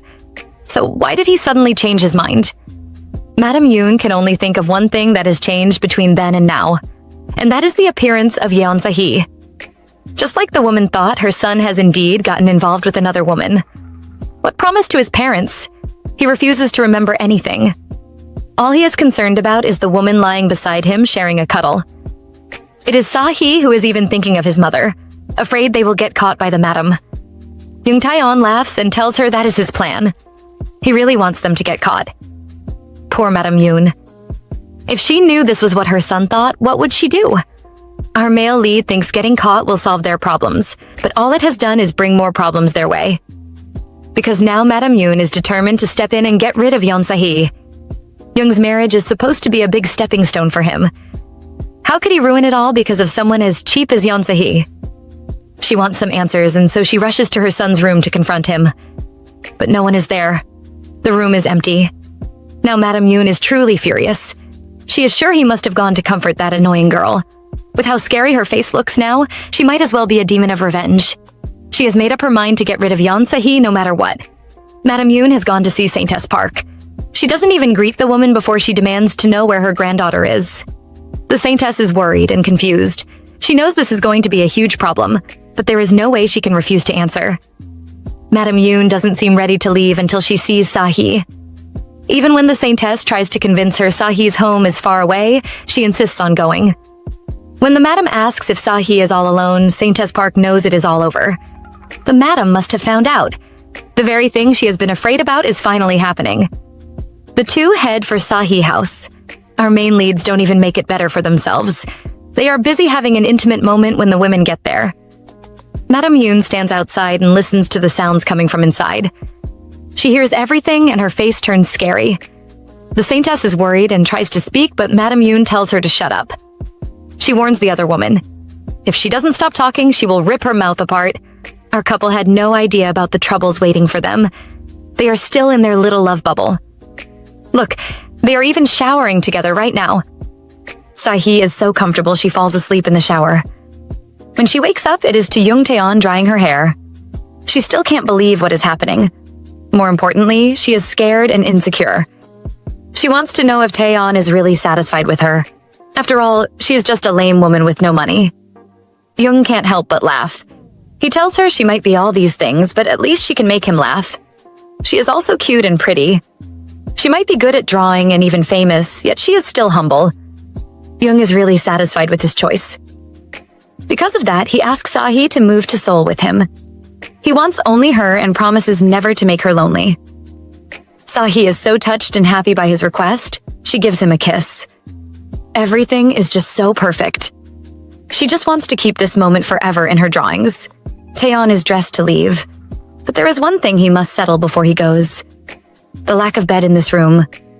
Well, it is no one's fault you broke the first bed, mister. Sahi also rejects his card. She only wants the bracelet he has given to her. He thinks she is just being stubborn until she shyly tells him she doesn't need to buy a bed since she will be coming to Seoul very soon. Young is pleased with the way she is thinking. She is already planning their future together. Our male lead is already thinking of where she would stay when she arrives. Sahi is very shy and tells him that would have to wait. He suggests she come live with him whenever she comes to Seoul. Sahi is still hesitating, so Young promises to give her a week. She can think about it slowly and make up her mind during this period. He promises to contact her. Young Taeon leaves, but he meets his mother outside on his way back to his room. She is waiting for him. Looking at the amount of crushed flowers around her feet and the flower she is currently ruining, we can tell she is still very angry. She must be wishing those flowers were Sahi instead. She tells Tayon she spoke with his blind date's mother, who said the two of them didn't get along. She wants to know what happened between them. Young reminds her he doesn't like kids, but Madame Yoon can't understand. He is clearly making excuses because Jisoo is even 1 year older than him. She is angry because he wants to ruin his position over something so small. She really doesn't know what to do with this son. Young is unrepentant and tells her she already knows. Of course, Madame Yoon knows her son and understands what he means. He is someone who will never give up on something he wants. Now she is just tired and tells him she needs to rest. Before leaving, she asks him to give her some time to get used to Sahi. She wants them to talk about this topic again after they return to Seoul. What she doesn't tell him is that she wants to use this time to separate him from Sahi. Sahi has no idea her man has just fought a big battle just to be with her. She is also facing a huge problem too right now. The problem of deciding what to eat for dinner with Taeyon. Everything is just so blissful and perfect for Sahi right now. Looking at the name she used to save his number on her phone, Sahi feels an urge to change it. She might have never thought of him that way, but now she can finally get closer. Sahi smiles because the only thing she can think of is young Tayon. Although Sahi really wants to have dinner with her man tonight, she can't because she already has other plans. Young is a bit disappointed because he thinks he asked her first. She doesn't want him to be upset, so she calls him and explains to him. She and her friends usually go on a picnic around this time. She has been postponing it and has no choice but to do it today. Hearing her make excuses and apologizing makes Tayon laugh. He finds it very funny. He is no longer upset. Instead, he wants her to send all the pictures of all the fun she is having. Done with his call, Young's secretary is still worried about who he would have dinner with. Young finally remembers he has a mother and says he will have dinner with her. However, nothing is working in his favor. He is destined to be alone because his mother has refused to eat dinner. Young is aware she also refused to eat breakfast. He finds it funny that he still has to deal with his parents' hunger strike at such an age. He has no idea what his mother is thinking, but plans to speak to her after his meal. Meanwhile, at Sahi's side, her friends have arrived. Sahi is surprised they came all the way over to her door. Uncle Bang is about to say it is Mrs. Chun's idea, but she threatens him with a pinch on his arm which makes him shut up. Sahi just laughs at their behavior. The three are having their picnic under a blossom tree. Sahi is busy admiring the flowers as they remind her of her time with Young. She starts blushing just thinking about him. She doesn't forget her promise to him and starts taking pictures of their meal. Uncle Bang is surprised and asks what is going on. He has never seen her do this before. Their conversation moves to Sahi's trip to Seoul. Mrs. Chun is in support of her leaving. She wants her to go to Seoul. She believes that there is nothing more Sahi could need here in Yeongwadong. She wants Sahi to go and have lots of fun. She can always come back whenever she misses them. Uncle Bang pretends to be angry and scolds her for doing things her way. Yet, his first question is if she has enough money with her. He says she has enough money to deposit for a studio apartment. Uncle Bang is still reluctant and tries to argue that living in Yeongwadang is better than that. He doesn't understand why Sahi is moving to Seoul, but he still promises to assist her with some money. When he sees Sahi is about to disagree, he instantly yells angrily that he will assist her with money. At least he can do that much. Seeing his face that looks like he would attack anyone who dares to stop him, Sahi can't help but smile. She remembered Young called these two people her family, and he was right. Mrs. Chun wants to be sure she really has money. When Sahi says she does, Mrs. Chun warns her to stop sending her money for her granddaughter's hospital bill. She should just focus on herself. She assures Sahi she can take care of the rest since the Saintess has increased her salary. Her daughter has also been getting better ever since her last surgery. Treating her shouldn't be as costly now. Mrs. Chun doesn't want to be indebted to Sahi any longer. Sahi is fine with it. She grabs the older woman's hands and reminds her to reach out if she needs money. The elders are touched by her words. Mrs. Chun promises to do so. That aside, she wants them to stop thinking about those sad things on such a nice day and just eat and have fun. The three share a drink while Uncle Bang yells about them drinking until they are drunk. Sahi is just happy looking at them. They are her household, her family. She decides to tell them about Young Tayon later on, but it seems the later comes faster than expected, because why is she drunk and why is Tayon holding on to her? Tayon is holding his drunk lover in his arms. It is night and she must have been feeling too drunk, so she came outside to sober up.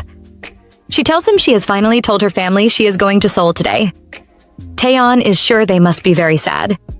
She says she didn't tell them about her relationship with Tayon, though. He is a bit disappointed and asks if they are still playing the game of let's not get caught. Saehi reminds him she won't be following him to Seoul. At least, not until she settles things around here. Only then will she tell her family. She suddenly remembers something and brings out a peach blossom and gives it to him.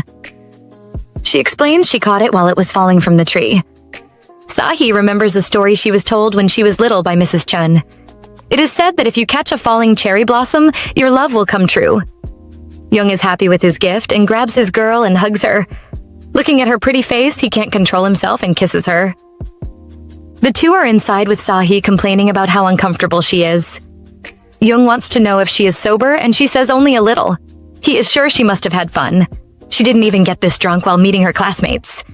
She reminds him she won't be able to come see them often once she is in Seoul. Young tells her she can come occasionally or invite her family to Seoul. So he doesn't agree because she thinks it is too far.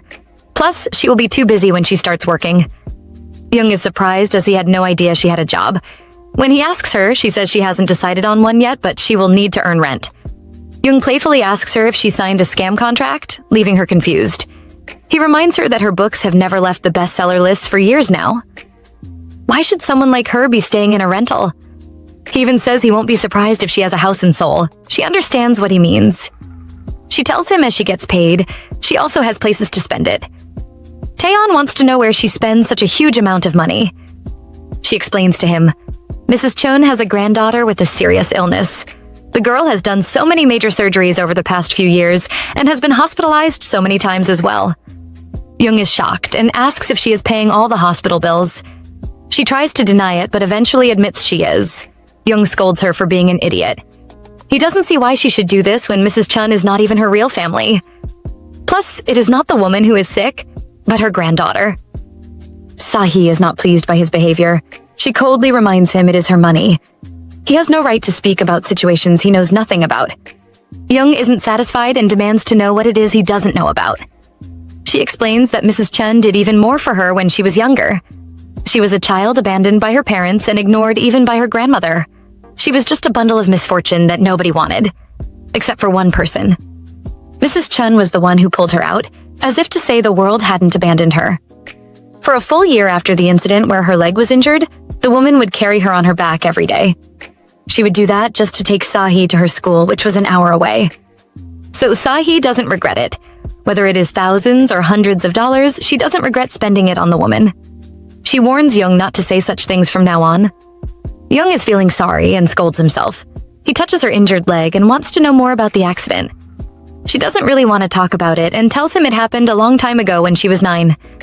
Young can hear her reluctance and asks if it is hard to talk about it. She says yes. She tells him she fell into a river and it rained heavily that day. The report went in immediately, but they refused to rescue her because the current was too strong. Everyone thought she wouldn't survive. And she wouldn't have if her ankle hadn't gotten caught between rocks, keeping her alive. But by the time she was rescued, too much time had passed, so she couldn't walk properly anymore. Young is curious, though. Why would she go to the river on such a rainy day? Sahi doesn't want to tell the truth, so she lies. She says she went to find a doll. It was her younger sibling's doll, and she said she lost it nearby. So Sahi helped her to look for it and fell into the river.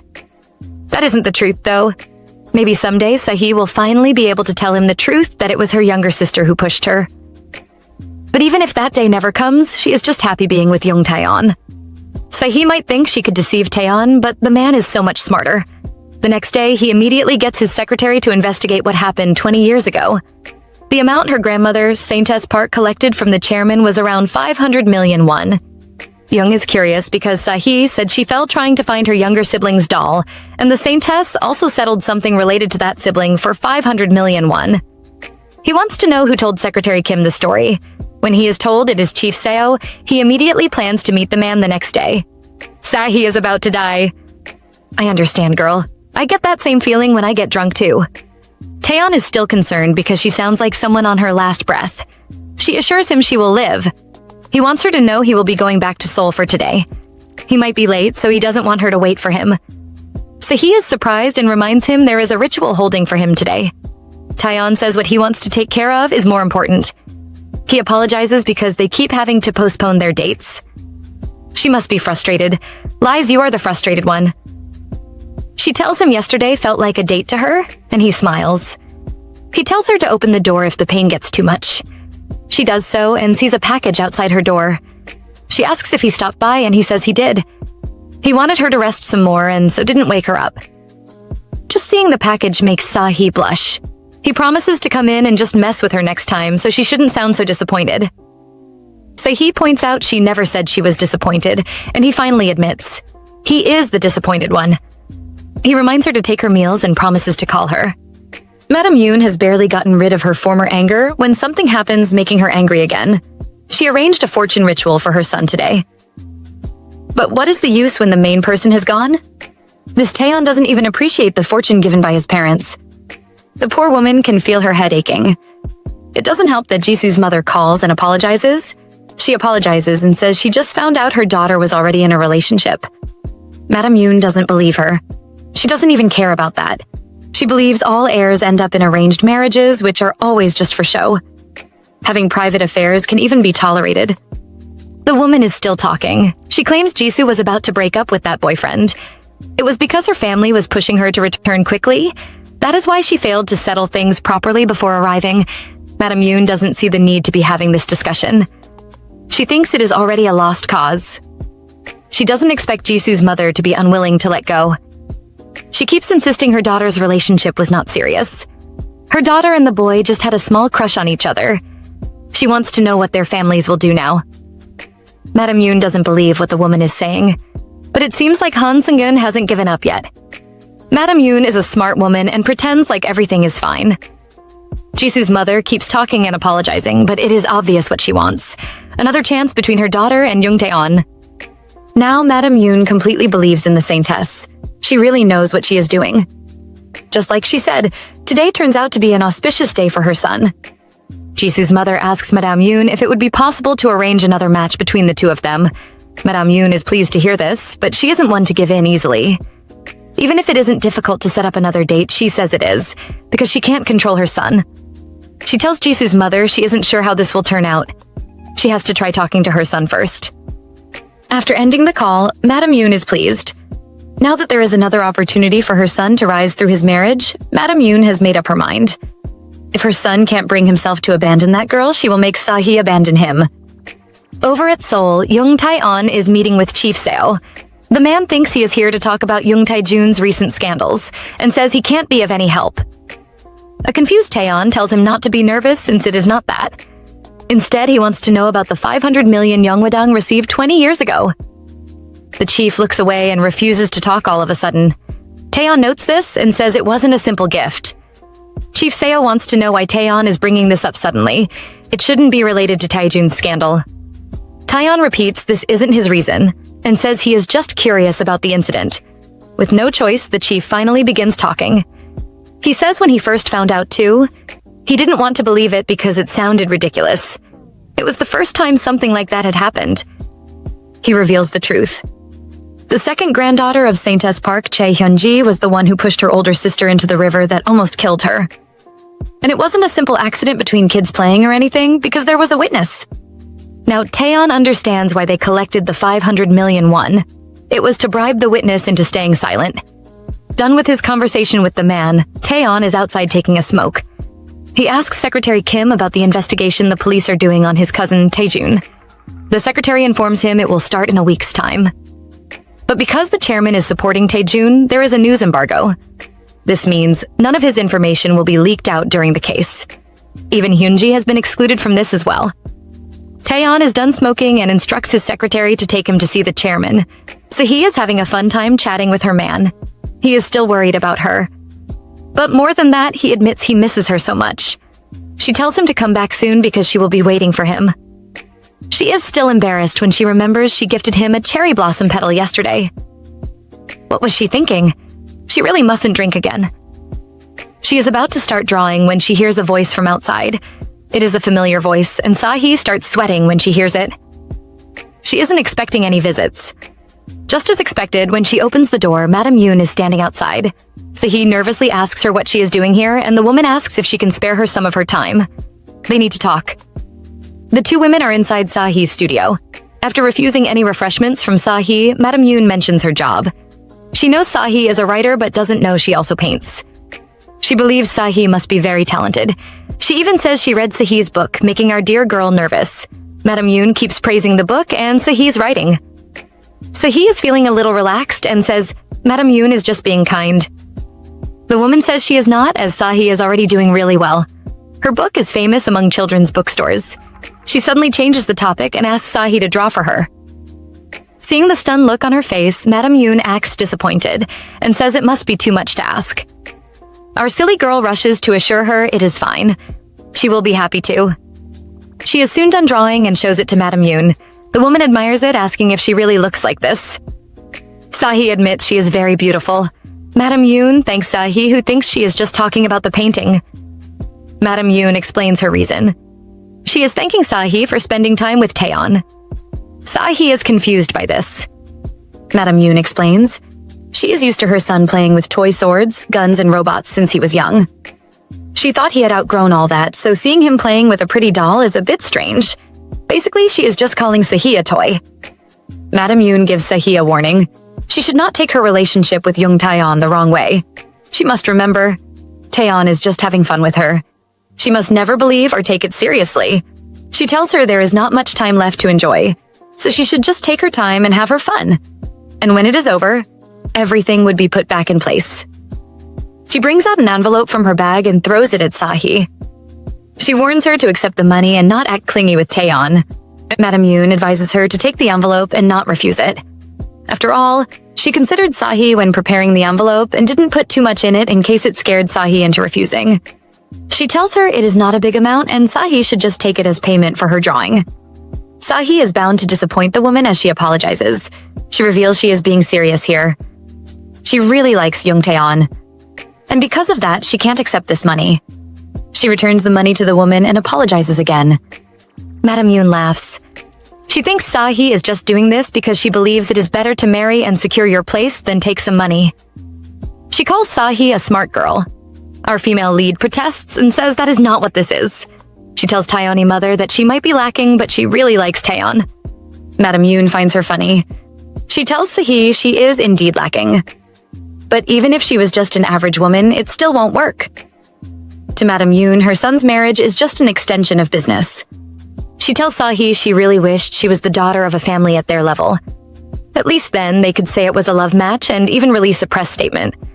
That would have been nice, but unfortunately, Sahi is not. Instead, she is just a shaman's granddaughter. And even worse, she is a lame, crippled woman. She wants Sahi to understand what it means for Taeyon to be with her. It will be the same as choosing a crippled life. Sahi is heartbroken by this, but Madam Yoon is not done with her. She says while other men that are less capable than Taeyon will be developing well with the support of their in-laws, Taeyon will just be limping along. He would never grow because Sahi is always going to be a burden to him. She asks Sahi if she really wants Taeyon to live like that. Just scraping by in life? Is that what she calls love or sincerity? She asks Sahi if she really wants to live her life ruining the man she claims to love. By now, Sahi's spirit is completely broken. Alone at night with the torn pieces of Madam Yoon's drawing, all she can remember are the woman's words. She wants Sahi to end things with her son. She must also take the money too, and keep her promise. Sahi starts crying. Her phone rings. She sees it is Taeyon, but she can't face him now. And so she doesn't answer. But is Taeyon a man that will give up? He soon arrives outside Sahi's studio looking for her. He knows she is in there and doesn't understand why she won't answer. Before she can clean her tears, he comes in and hugs her. He tells her how much he missed her. He is surprised she stayed up so late for him. Sahi has never been more glad that the lights were off. At least he can't see what she looks like now. When he asks what she did during the day, she says she drew. He wants to know if she thought about him. How can she tell him she dreamed? And in her dream, she was walking hand in hand with him beneath the sunlight. But it is just a foolish dream because the two of them are just too different to walk together. Unless he slows down for her, she will never be able to catch up to him in this lifetime. Madam Yoon's words have gotten to Sahi, and she now believes she and Taeyon are different people. Now all she wants is just to make the most of everything. She begs him to hurt her tonight, but she doesn't tell him her reason. She wants it so that she will never forget this day. The couple share an intimate moment, but through it all, the only thing Sahi can think of is that these are her last days with Taeyon. She hopes she can always remain in his memory. After their intimacy, Taeyon is busy looking at the girl lying on the bed. Looking at her face, he wondered how she had lived here since her childhood. The young girl must have probably lived a sad life. She must never have smiled and always lived with pain, crying from the misery of it all. Staring at the lady snoring, he starts laughing as he finds it funny. He can't help but tease her. Surely she should have gotten better at pretending to be asleep. Sahi, who has been caught, can only smile guiltily. She really wasn't sleeping. Taeyon doesn't need her awake though, and covers her eyes. He doesn't care if she is pretending. He just wants her to know he will be going back to Seoul earlier than they planned. He has something to take care of and will be leaving in 3 days. He wants them to have a date for the next 2 days. Sahi is happy to hear this and agrees with him. Soon she falls asleep. Young Tae-on can no longer sleep though. He recalls his conversation with his grandfather. He had given the old man all the evidence he had on Taejun's scandal. However, it came with one request, that he stops covering for the Saintess's family. The chairman was angry at being threatened, but Tayon just laughed it off. He told the old man he wasn't being blackmailed. He is just concerned. First, it was the incident that happened 20 years ago concerning Hyunji, and now another incident is happening again. He is just worried Hyunji would splash dirt on his grandfather and his cousin. Of course that isn't true, but how would the old man know this? Back to the present. With that settled, Taeyeon has just one more thing to settle. Going into Sahi's study, he sees the study abroad program form. He wonders why this is out since he and Sahi had already decided she would not apply. He notices the empty canvas and remembering the words she said.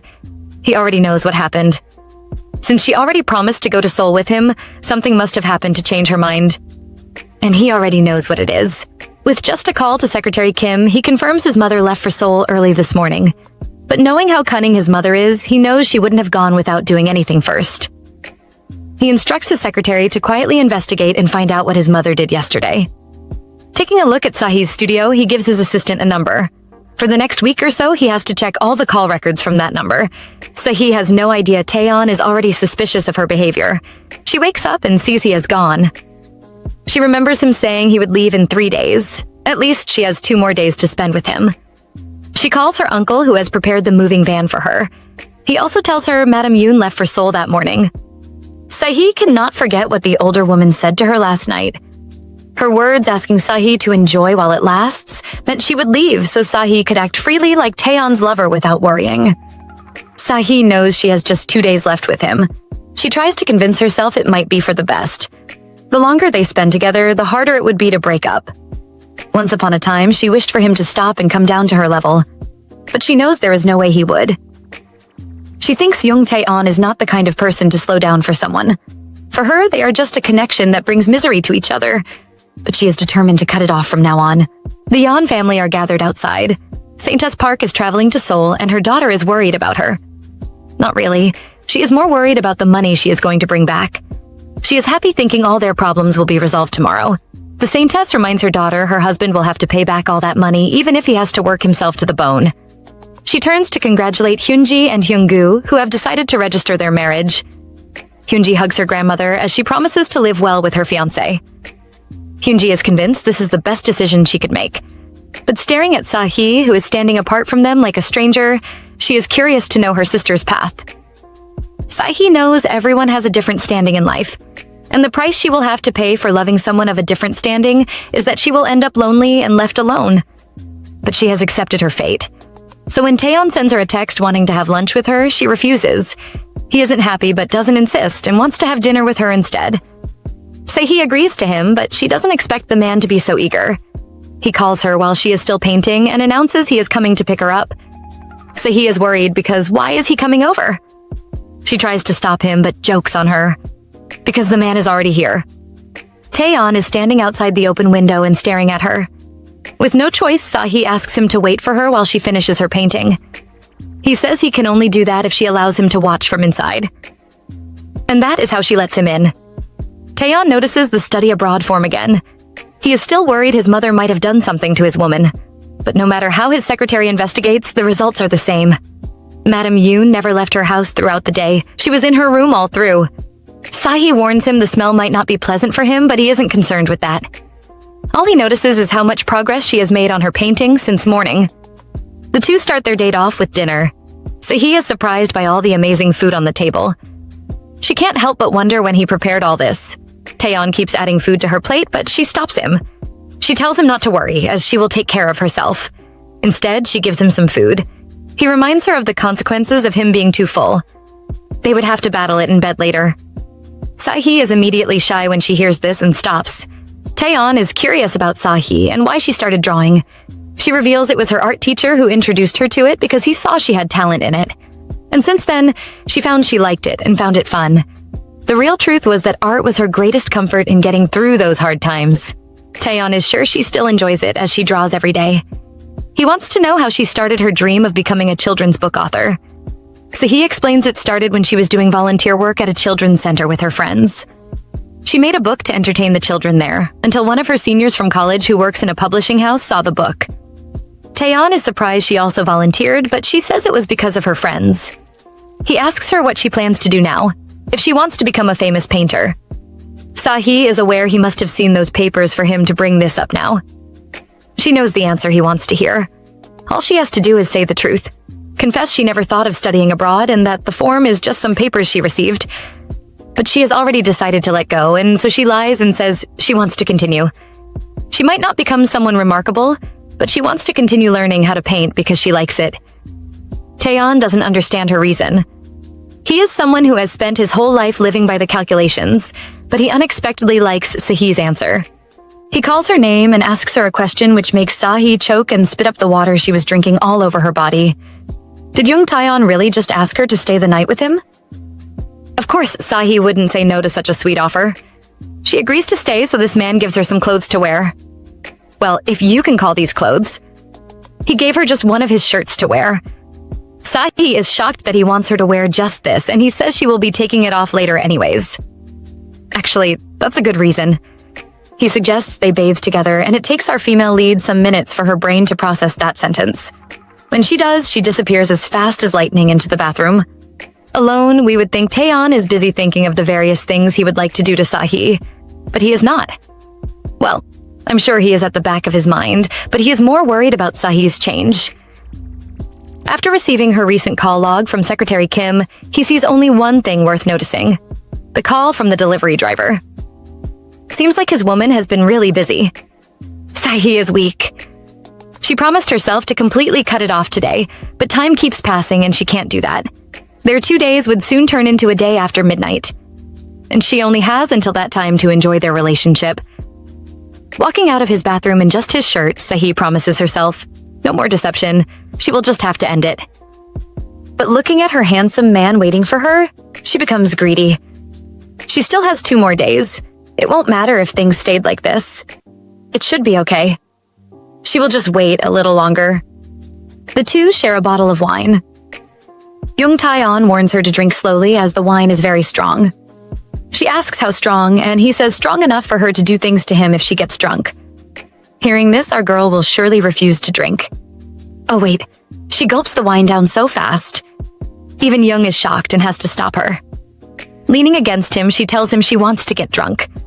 Tayon is troubled because he knows something is wrong with her. He asks her why, and she says just because. But the truth is she just wants to forget everything. The complicated thoughts and reality and the guilt of deceiving Tayon. She just wants to spend this night with him. Tayon grabs the hand holding his face as he tells her she sounds like she wants to do something strange with him. Before she can continue, he kisses her and refills her glass. Sahi is starting to feel uncomfortable in her clothes. For some reason, everything feels too hot. Tayon simply says she should take it off. Sly man, I see your plan. Sahi is about to refuse, but then Tayon changes his question. This time he is asking, will she take it off for him? Sahi is shy, and to hide it, she keeps drinking. That is until Tayon grabs the glass from her, refusing to let her drink anymore. Sahi is upset and questions why he did that. Unknown to her, she is sitting in a very attractive position right now. So attractive that Tayon can't hold himself back any longer. He grabs her and reminds her. Recently, she has wanted to do things she normally wouldn't do. Yesterday, she wanted to feel pain. Today, she wants to get drunk. He tells her if she keeps acting like this, he will be expecting the same tomorrow too. After another wild, intimate night, Tayon is up and ready to go, while Sahi is still lying passed out in the bed. Talk about stamina. He orders Secretary Kim not to come and clean the room. Only sending the meals in is enough. He is still worried and asks the secretary to find out more about his mother, even if it's just rumors going around the secretary's office. He even wants the secretary to open an account so he can access their company's group chat. Young Tayon is trying to believe that his mother wouldn't be using such outdated methods like this, but a part of him doesn't believe it. He would never accept Sahi leaving him.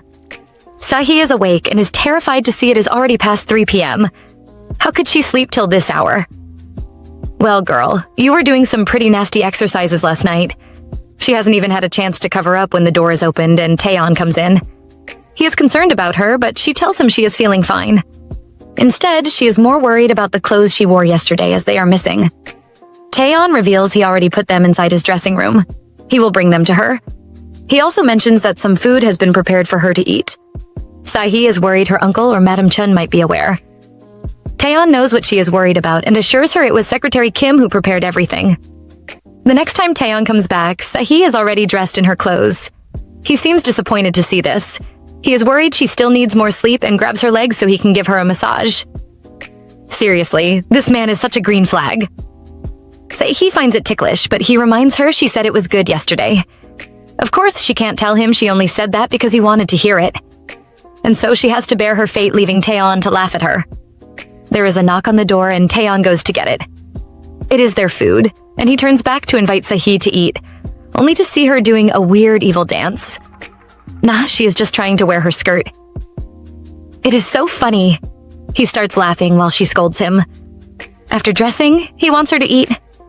But how can she when he is lying on her lap and staring at her with those pretty eyes?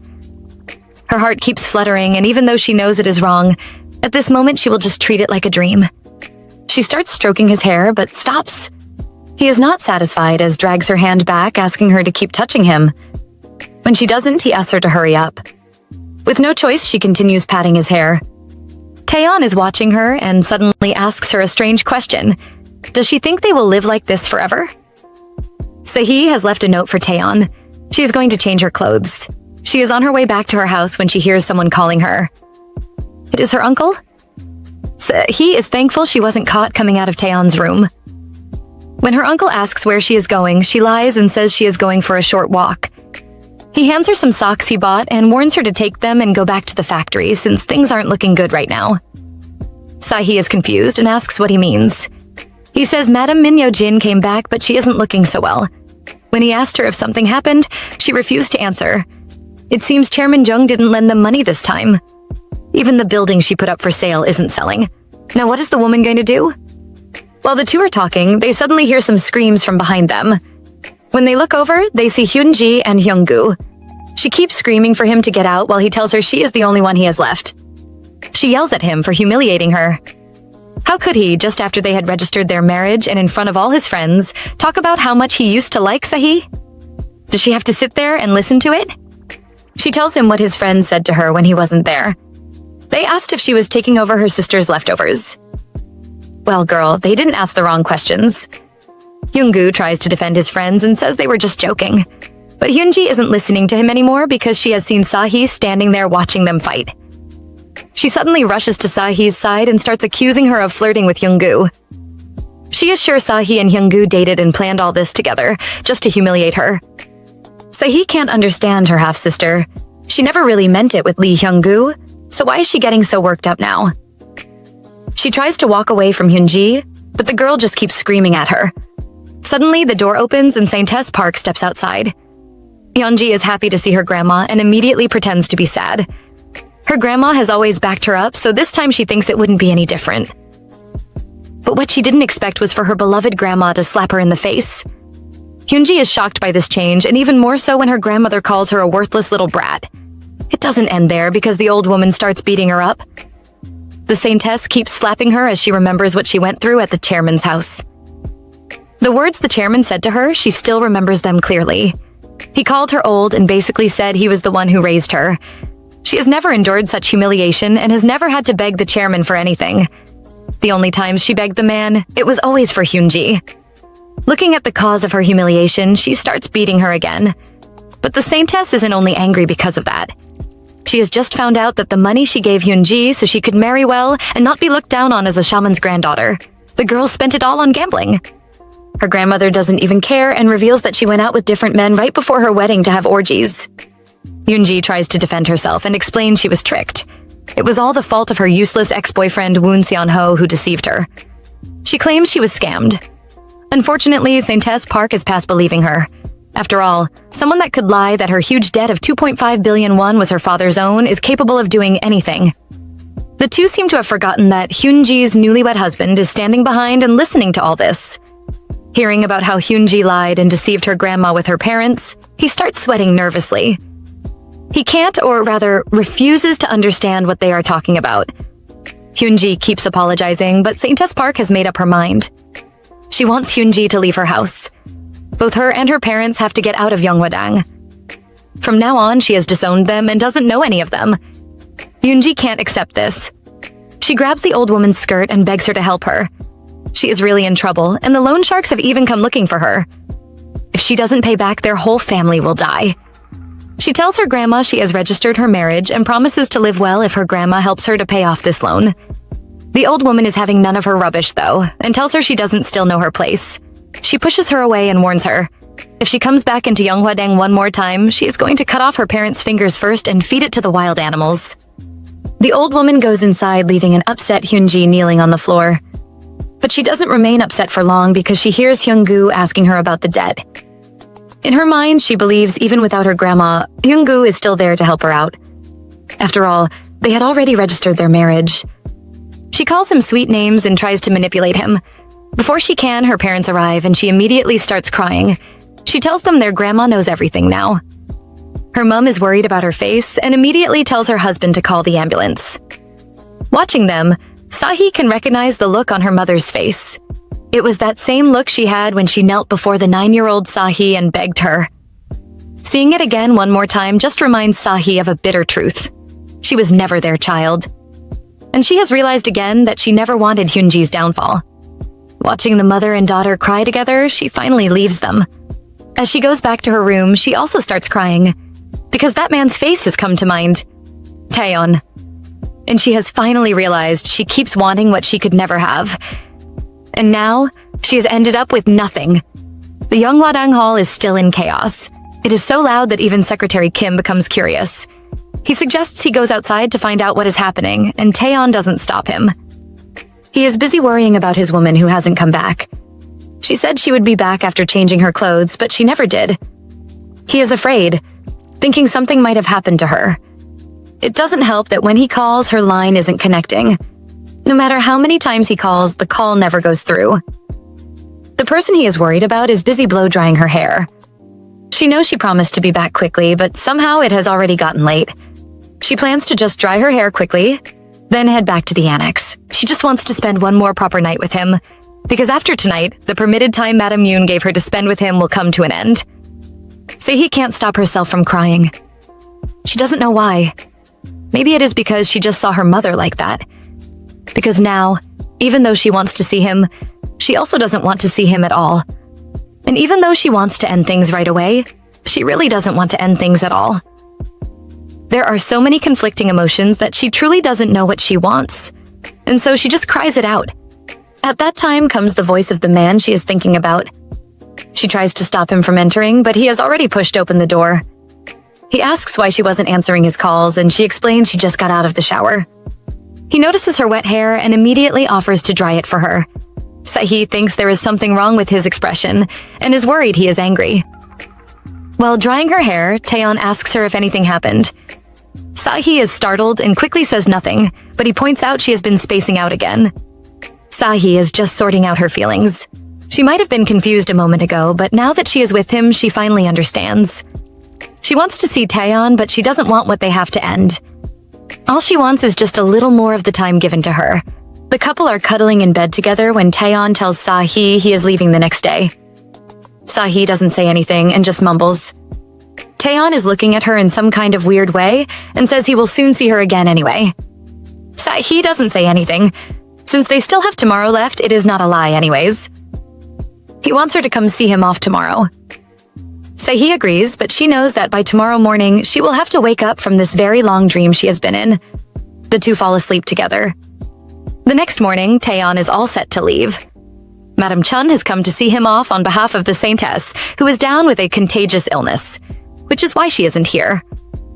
Of course, Tayon is aware the real reason is because she was scolded by Chairman Jung. It is really reasonable for her to be feeling sick. He mentions the commotion he heard about yesterday and asks if Sahi was there. Madame Chun is surprised by his question, but still answers yes. He immediately asks how she is because when he saw her, she seemed low on energy. Tayon is asking because he is trying to understand Sahi's feelings. She didn't even show relief when she saw the people who broke her falling apart. Madame Chun doesn't answer. Tayon knows she raised Sahi and must be keeping quiet because of Sahi's nature. He tells the woman he will ask her something else. He wants to know where the hospital is. once again surprising the old woman. When she asks why, he says Sahi told him her granddaughter was sick. He wants Madam Chun to write down her name and the hospital and give it to his secretary. Madam Chun is confused and rushes to reject him. He asks her to pick one, either giving him or him finding out himself and donating anonymously. He tells the woman to give him the information and even gives her his business card. He tells her to contact and inform him if she needs help, whether it is money or connections. Secretary Kim brings a pen over for her to write the details. He smiles cutely and thanks her for her hospitality. Her food was really the best. He says he felt really comfortable during his stay here. Madam Chun is an observant woman and she already knows what is going on. She confesses to Tayon that Sahi is a lonely child, and with a deep bow begs him to take care of her. Tayon would also like to do that too, but for some reason, especially when he remembers her behavior these last few days, he can't shake off this uneasy feeling he is having. Secretary Kim tells him a cash withdrawal was made from his mother's account for 50 million won. Tayon has just stepped outside when he sees Sahi waiting for him. And there it is, that uneasy feeling that she might want to leave him. Sahi tells him she wants to speak to him.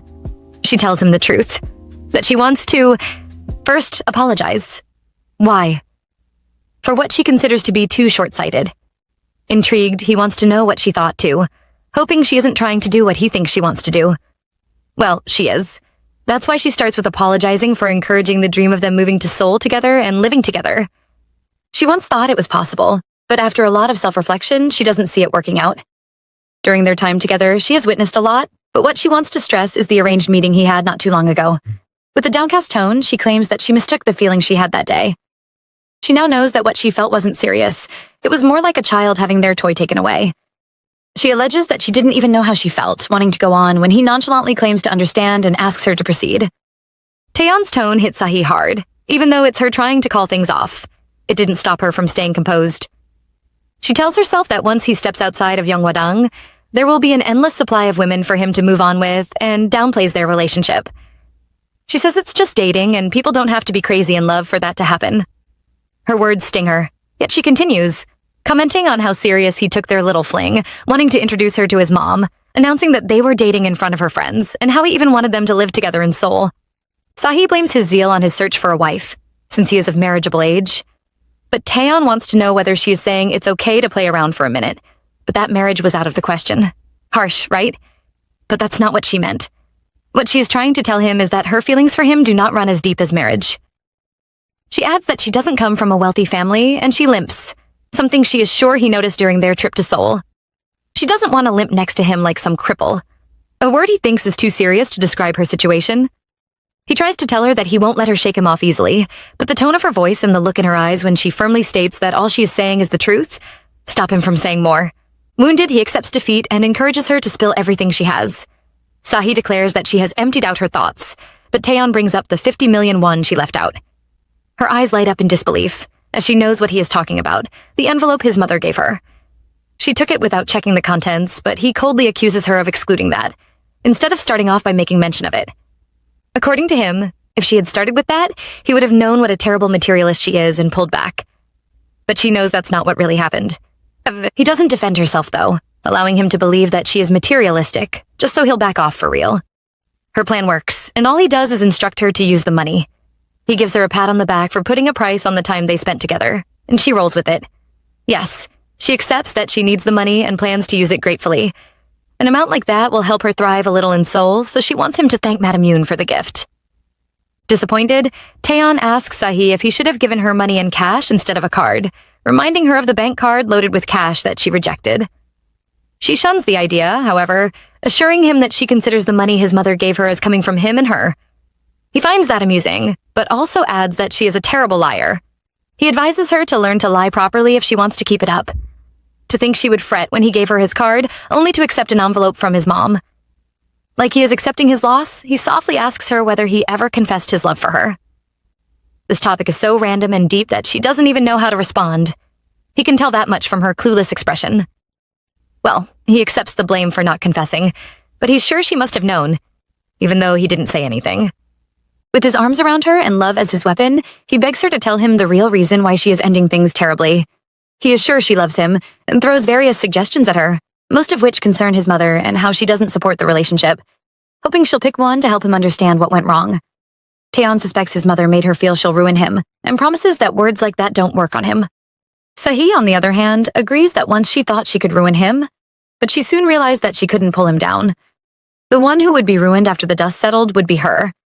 She pushes him away, declaring that although she has tolerated insults for 20 years, she still hasn't gotten used to the title. She confesses that she liked him because he didn't look like someone who'd be easily shaken by someone like her leaving. She considered him flawless, which is why she couldn't see herself standing by someone as outstanding as he was. It's a truth she's made peace with, yet tears roll down her face because right now she doesn't even want to leave. And nevertheless, she can't spend her life being haunted by his mighty shadow, even though he promises she won't get disrespected while she is by his side. All she has to say is that when she was younger, she used to climb trees just to look down on the family that hurt her. She did that because they hurt her, and she hoped that later on in life she'd grow so far that she'll get the chance to look down on them properly, belittle them, and even hurt them to make them regret hurting her. But now she is exhausted. She can't carry that hate on anymore. And with her eyes fixed on the clouds, she wishes to go far away. So far that no one will be able to see her. Tayon understands this as Sahi, saying she plans to study abroad and asks her about it straight up. She didn't know he knew about that, yet she doesn't flinch when she replies that if she can study abroad, she would. He can see that there is no use trying to talk her out of this anymore, and forces a smile on his face when he reminds her that she promised to see him off. Yet instead of doing that, she stops him to argue. With his back turned against Sahi, to her astonishment, he says it's time to go. He kept asking question after question, only to turn away suddenly. This is what she wanted. Even so, she is sad that this might really be farewell. Silently, she follows, fulfilling her promise and marking this moment as probably the last time she'll get to walk by his side. It might be the last time he matches steps with her, or is in the same place with her, and although they both want to hold hands so badly, they resist the urge. After this, he is bound to go to a place where she won't see him. Even if she looks up, she thinks and says goodbye under her breath. A few minutes later, they are at the gate saying their farewells, and he is sad he didn't get to see her smile even once today. He is about to leave when she offers to return the bracelet he gave her, but he advises her to throw it away. The dumbfounded look on her face after his request makes him think she won't be able to dispose of it, but he ends up taking it from her when she assures him she will. With his gift to her in his hands, he is overrun by emotions he doesn't understand, but leaves anyway, while Sahi watches him drive off. She thought this would be a peaceful ending, after which everything would return to how it was before they met, but she was wrong. She can't see her life going back to how it was before she met Tayon, but goes in, telling herself she'll be okay. Soon, she understands that it might never be okay, as she drops to the floor crying. This is the first time she has loved this hard and had to let go of someone she loves so much. Tayon is experiencing a similar feeling. Zooming away after the final goodbye, he is angry with himself for not doing more to keep her, even after he knew the breakup was fueled by his mother. He recalls what Sahi said about how it was she who was going to get ruined in the end, and blocks off his guilt by thinking about the anklet. He is mad that after calling things off, she was reluctant to throw it away, yet she wasted no time when it came to throwing him away. He still loves her. Nevertheless, he'll back off for the time being. Taking her away now would be purely selfish. It'll be like him showing her that he intends to hurt her. He can't do that to someone who is already covered in wounds, so it's better this way. He plans to win her back, but how? He wonders if taking out those who hurt her and those who stood by and watched her get hurt would be enough. It won't bring her ankle back, though. It won't take away the wounds she has been carrying her whole life. Still, during his drive to the airport, he thinks about how she wishes to study abroad and the life that awaits her if she did. He imagines her settling down with her friend Kim Ju-won, with whom she shares similarities. He guesses they might be happy together, running far away from those who hurt her. Tayon thinks he doesn't deserve her, as he couldn't stop her mother, the one person who hurt her. He wishes he had gone after her. On the first winter, he set eyes on her, or at least come for her that spring. Suddenly, he gets this new drive to give the anklet back to her someday. He refuses to take this parting as the final goodbye and prays that on the day he returns the anklet, he is able to shackle a ring to her finger too. Recounting memories from earlier in the day, he wonders why she showed him so much love and how she said he didn't waver when she shook him or when she screamed that she hates him. With determination in his eyes, he plans to prove her right instead of indulging in what he sees as a foolish goodbye.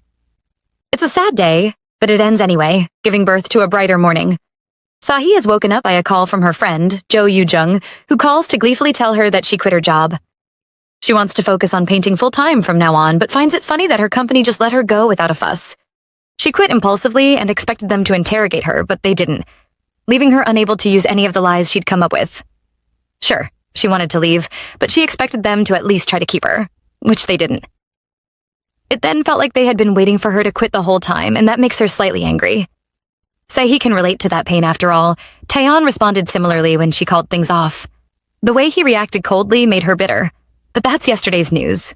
Today, Yoo Jung also called to discuss Seoul and is curious about where she plans to stay when she arrives. Sahi's plan is to find a place to crash for a month while she searches for a permanent place to live. Yoo Jung, to ease her burden, offers to house her until she can get a place to stay, and that's cool with her. And the ladies end the call so they can start their days. With the breakup still fresh in her mind, Sahi tries to shake off the thought when she steps into her bathroom. She had imagined that after a painful breakup comes a new day. She thought she would have moved on by day 2. But she drops and bursts into tears again. She remembers the look on his face when he begged to see her smile one last time, but she refused him that. Maybe she'd be feeling better if she didn't rob him of that smile. We'll never know. Life in Yeonghwadang continues though, and she eventually goes out to join Uncle Bang with cleaning. Initially, everything is peaceful, with singing birds the only sound in the air, until a woman's voice is heard at the gate, screaming that they let her in.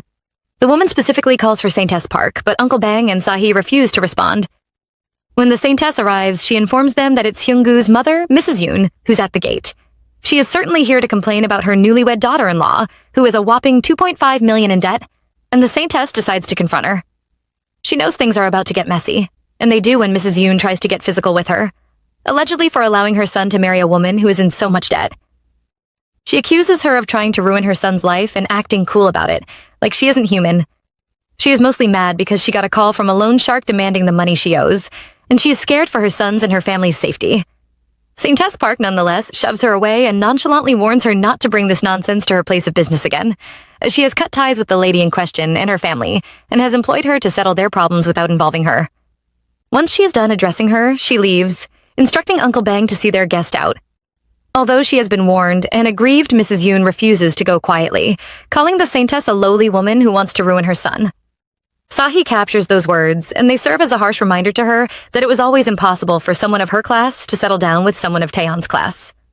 In Seoul, Tayon is finally home, still mourning his breakup with Sahi. He is so gloomy that he ignores his mother, paying attention only when she tells him his father is waiting for him. Since the man stayed back to see him, she is convinced it must be important. She is focused on now and doesn't even bring up the money she gave Sahi, which he has to bring up. He is mad that she paid off his one true love, yet he acts cool about it, making it look like she did him a favor. She is puzzled by his reaction, no doubt, but she decides to use this opportunity to talk about matching him with Hansung. Definitely, he refuses, not minding what she thinks about how his having ties with Hansung would help his succession. Not minding his father's approval of the union, all he says to his mother is that she shouldn't degrade herself for him. Stunned by his reply, she goes speechless, staying silent even after he tells her he'll be heading out soon, so she doesn't need to send a car. When she finally gathers the will to respond, she asks him if she looks disgraceful. All he does is smile at her and leave to go talk with his father, who has been waiting for him. Both men settle down to have a sit and talk, and Taeyeon starts by telling his father that he has a way to bring Tae-jun down. He's the guy the chairman is trying to protect desperately, so why not? According to him, he has a good tip-off, but his father wants to know if he has any contingency plans against the chairman's rage when the chairman comes after him. What he wants to do is open up something the man put a lot of effort into keeping covered, but Taeyeon still sees this as an opportunity he can't overlook. He won't get a chance like this again and wants to use it properly. The details of his plan are simple. Tip off the financial intelligence unit with documents related to the chairman's slush fund. He doesn't care that Yeonghwadang and a certain baseball player will go down too. He plans to use prosecutor Young Jung-suk from the special division to back him up in court. The man is looking to enter politics, and he'll need a publicity appeal to do that. Taking down someone as big as the chairman could get him that. His father notes that if things end up in court, his son will be called up to testify. And that's cool with the lad, so it's cool with him. He wishes to know how he can help, but Taeyeon knows he can handle this on his own. His father respects that, but he is sure Taeyeon wants something in return for going the extra mile. He isn't wrong, but Taeyeon stays silent about his request for now. He plans to bring it up after he is done with the chairman and the bidding project, and his father is patient enough to wait for that time. He does, however, want to know what his son has in mind, because his special request sounds like it's going to be big, and keeping requests incognito isn't like him. While maintaining his silence, he hopes his father will be able to help him when the time comes and leaves. Outside, he gets a call from Secretary Kim, who lets him know that Taejoon has arrived and instructs him to exit through the main gate to avoid him. Before leaving, he takes another look at the anklet, planting a kiss on it and thinking about how all that's left for him to do is get his girl back. Later that night, as if someone knew his plan, a secret meeting took place. By morning, news about gambling and embezzlement in the baseball team spread. Tayon plans to use this to his advantage, instructing Secretary Kim to leak photos of 2 players after tomorrow's press conference. No secret in the world lasts forever, he knows, and he plans to leak photos of Sahi's sister, Hyunji, and his cousin, Taejoon, together, as the final blow. He has a photo he took and plans to take down everyone in it for Sahi's sake. But he doesn't want to do it all at once. He's set a trail of truth and hope for everyone who follows it and sees them at the end. He has a plan set. All that's left is to set things into motion. And that, he plans to do. At Yonggwadang, it's another sunny day, and the movers are taking Sahi's things to Seoul. They should be dropping them at Yujung's place, and she'll get them when she arrives. Yesterday, she hastily made up her mind to move, to help her forget about Taeyon. She hopes that when she moves, she'll get too busy to think about him, and she'll wake up one day, cured of her love for him. If it's up to her, she'll take one heartbreak at a time, yet destiny has a different plan for her, bringing her mother to Yonggwadang on the day she plans to leave. From the bruises on her body, it's clear she came here to beg her mother for Hyunji's sake. The collision is discomforting for them both, and her mother refuses to acknowledge her presence. If she leaves things this way, she might never get a chance to speak to her mother again, so she doesn't go quietly. Instead, she informs her mother about her plan to leave Yonggwadang. Her mother replies casually, even after hearing that they might not see each other again. She expected such a cold response, but still doesn't leave things as they are. It's not like she wants her mother's love. No, she knows she hates her, but only wants to know if she hates her enough to want her dead. When she tries to argue, Sahi shuts her up by accusing her of pushing her into the river. That Hyunji acted in line with the words she heard daily. It'll be fine as long as Sahi is gone. Even her stepfather, when he came to beg her at the hospital, begged that Hyunji be spared, as she acted out of the thoughtless words she heard her mother say daily. She can't understand why this woman even gave birth to her in the first place, and asks if she told Hyunji she wanted to unalive her. For the first time in a while, her mother has an uneasy look on her face, before her. For years, she has pondered this question. Today, she finally gets the answer. It's because she is the carbon copy of her father, the man who was her mother's first love. He was a womanizer whom she tried to tame, but when she got pregnant, he denied her like she was nothing. He accused her of sleeping around and even put his hands on her. The day of his denial was one of the darkest days of her life, but she stayed strong, holding on to the thought that as long as she had the baby, everything was going to be all right. Upon giving birth to their daughter, Sahi, she took her to her father, but he stood firm on his refusal to accept her. It was then she realized that she had messed up because of foolish love and stupid arrogance. And even so, she was fortunate enough to meet someone better, Hyunji's father, whom she married and had Hyunji with. The only issue they had, however, was young Sahi, whom she saw as a stain she couldn't easily remove. She judged her daughter for the sins of the man who made her, and every time she looked at her, she remembered how much she despised him. She remembered the day he abandoned her, the pain she felt, how long she waited for him to come back. A glimpse at her face brought all that back. However, the more she continues her hate speech, the more Sahi loses interest. She is disappointed that she had to face all she did because she looked like her father, and asks her mother emotionlessly if she still loves the man. She spots the question, cursing the man and guessing that he should be somewhere right now, continuing with his womanizing. She calls Sahi cruel for asking her that and is sad that she didn't end the girl when she had the chance. Coldly, Sahi asks what she is expected to do with the meaningless hate speech. She is happy because of the woman she has become, and unlike her, she doesn't have the stomach to plant time bombs in other people's lives. The women part ways, hoping they will never see each other again. It's not the best way for things to end, but it's the road they are taking. During the walk back home, Sahi's mom relives the entire discussion. She still despises Sahi and blames herself for carrying her in her womb. She recounts all the humiliation and pain she faced to give birth to her, and envisions a world where she didn't exist. She blames her for being herself and for the reason she couldn't meet a better man than Chae Yun-bak, Hyunji's father.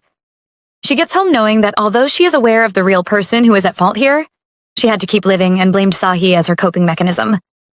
In the end, it's already too late to turn back now. All she can do is live on. All she wants to do is rest after such a hectic day, but she can't, as she learns of Hyunji's pregnancy. She fears that the way she treated Sahi, watching her diminish while Hyunji flourished, is the reason why she is being punished now. Without thinking, she begs her daughter to get rid of Hyungu's child. The same advice her mother gave her. She doesn't want Hyunji to end up the same way she did and is heartbroken that her precious child has become a spitting image of her. She recounts all she had to endure because of her, starting from the day of the accident when she had to beg her mother, Saint-S Park, for 5 million won to keep a witness silent. She also let her mother take custody of Sahi. It was her mother who named her, and still the old woman who bore the burden of taking care of her. Eventually, that duty fell on Mrs. Chun, who willingly took care of her and made her feel good about herself at all times. Her hate for her first love stems from. While Sahi says her goodbyes to the two people who treated her like real family, Uncle Bang and Mrs. Chun, they do the final checks to see if she forgot anything. Mrs. Chun helps her with her shoelaces like she did when she was little, and they all march toward the gate. So he knows that this might be the last time she'll set foot in Yonghwadang and stares at her room one last time, intending to leave all her memories of it in it. She wants to move forward, toward the bright light. The man she plans to move on from, however, is still very much interested in her. At the top of the building, his uncle took a leap off. He stands, finding it ironic that from here he is going to get a call that will make his son's career suffer the same fate. The nail in the coffin comes from a call with Park Jung-hoo, who has arrived at the press conference and decided to inform him about his arrival. Everything else will most likely play out smoothly, and at the end of the press conference, photos of baseball players Go Do-young and Woo Sun-ho will be released. Soon after, photos of Jung Tae-jun and Chae Hyun-ji together. The others have clear ties with the Jungmoon baseball team, but Sahi's sister doesn't. He smiles at that, nonetheless certain that the seed of doubt sprouted there will bear a fruit called Film Hall. His plan started when he tipped off the financial intelligence unit about the chairman's slush funds, and the moment the name of the film hall is mentioned, Park Jung-sok is bound to make his move. A play from him will push the investigation into motion. The investigation will reveal charges, leading to the end of everything. He would have had his revenge. Once it's settled, he plans to come for Sahi. Shamelessly.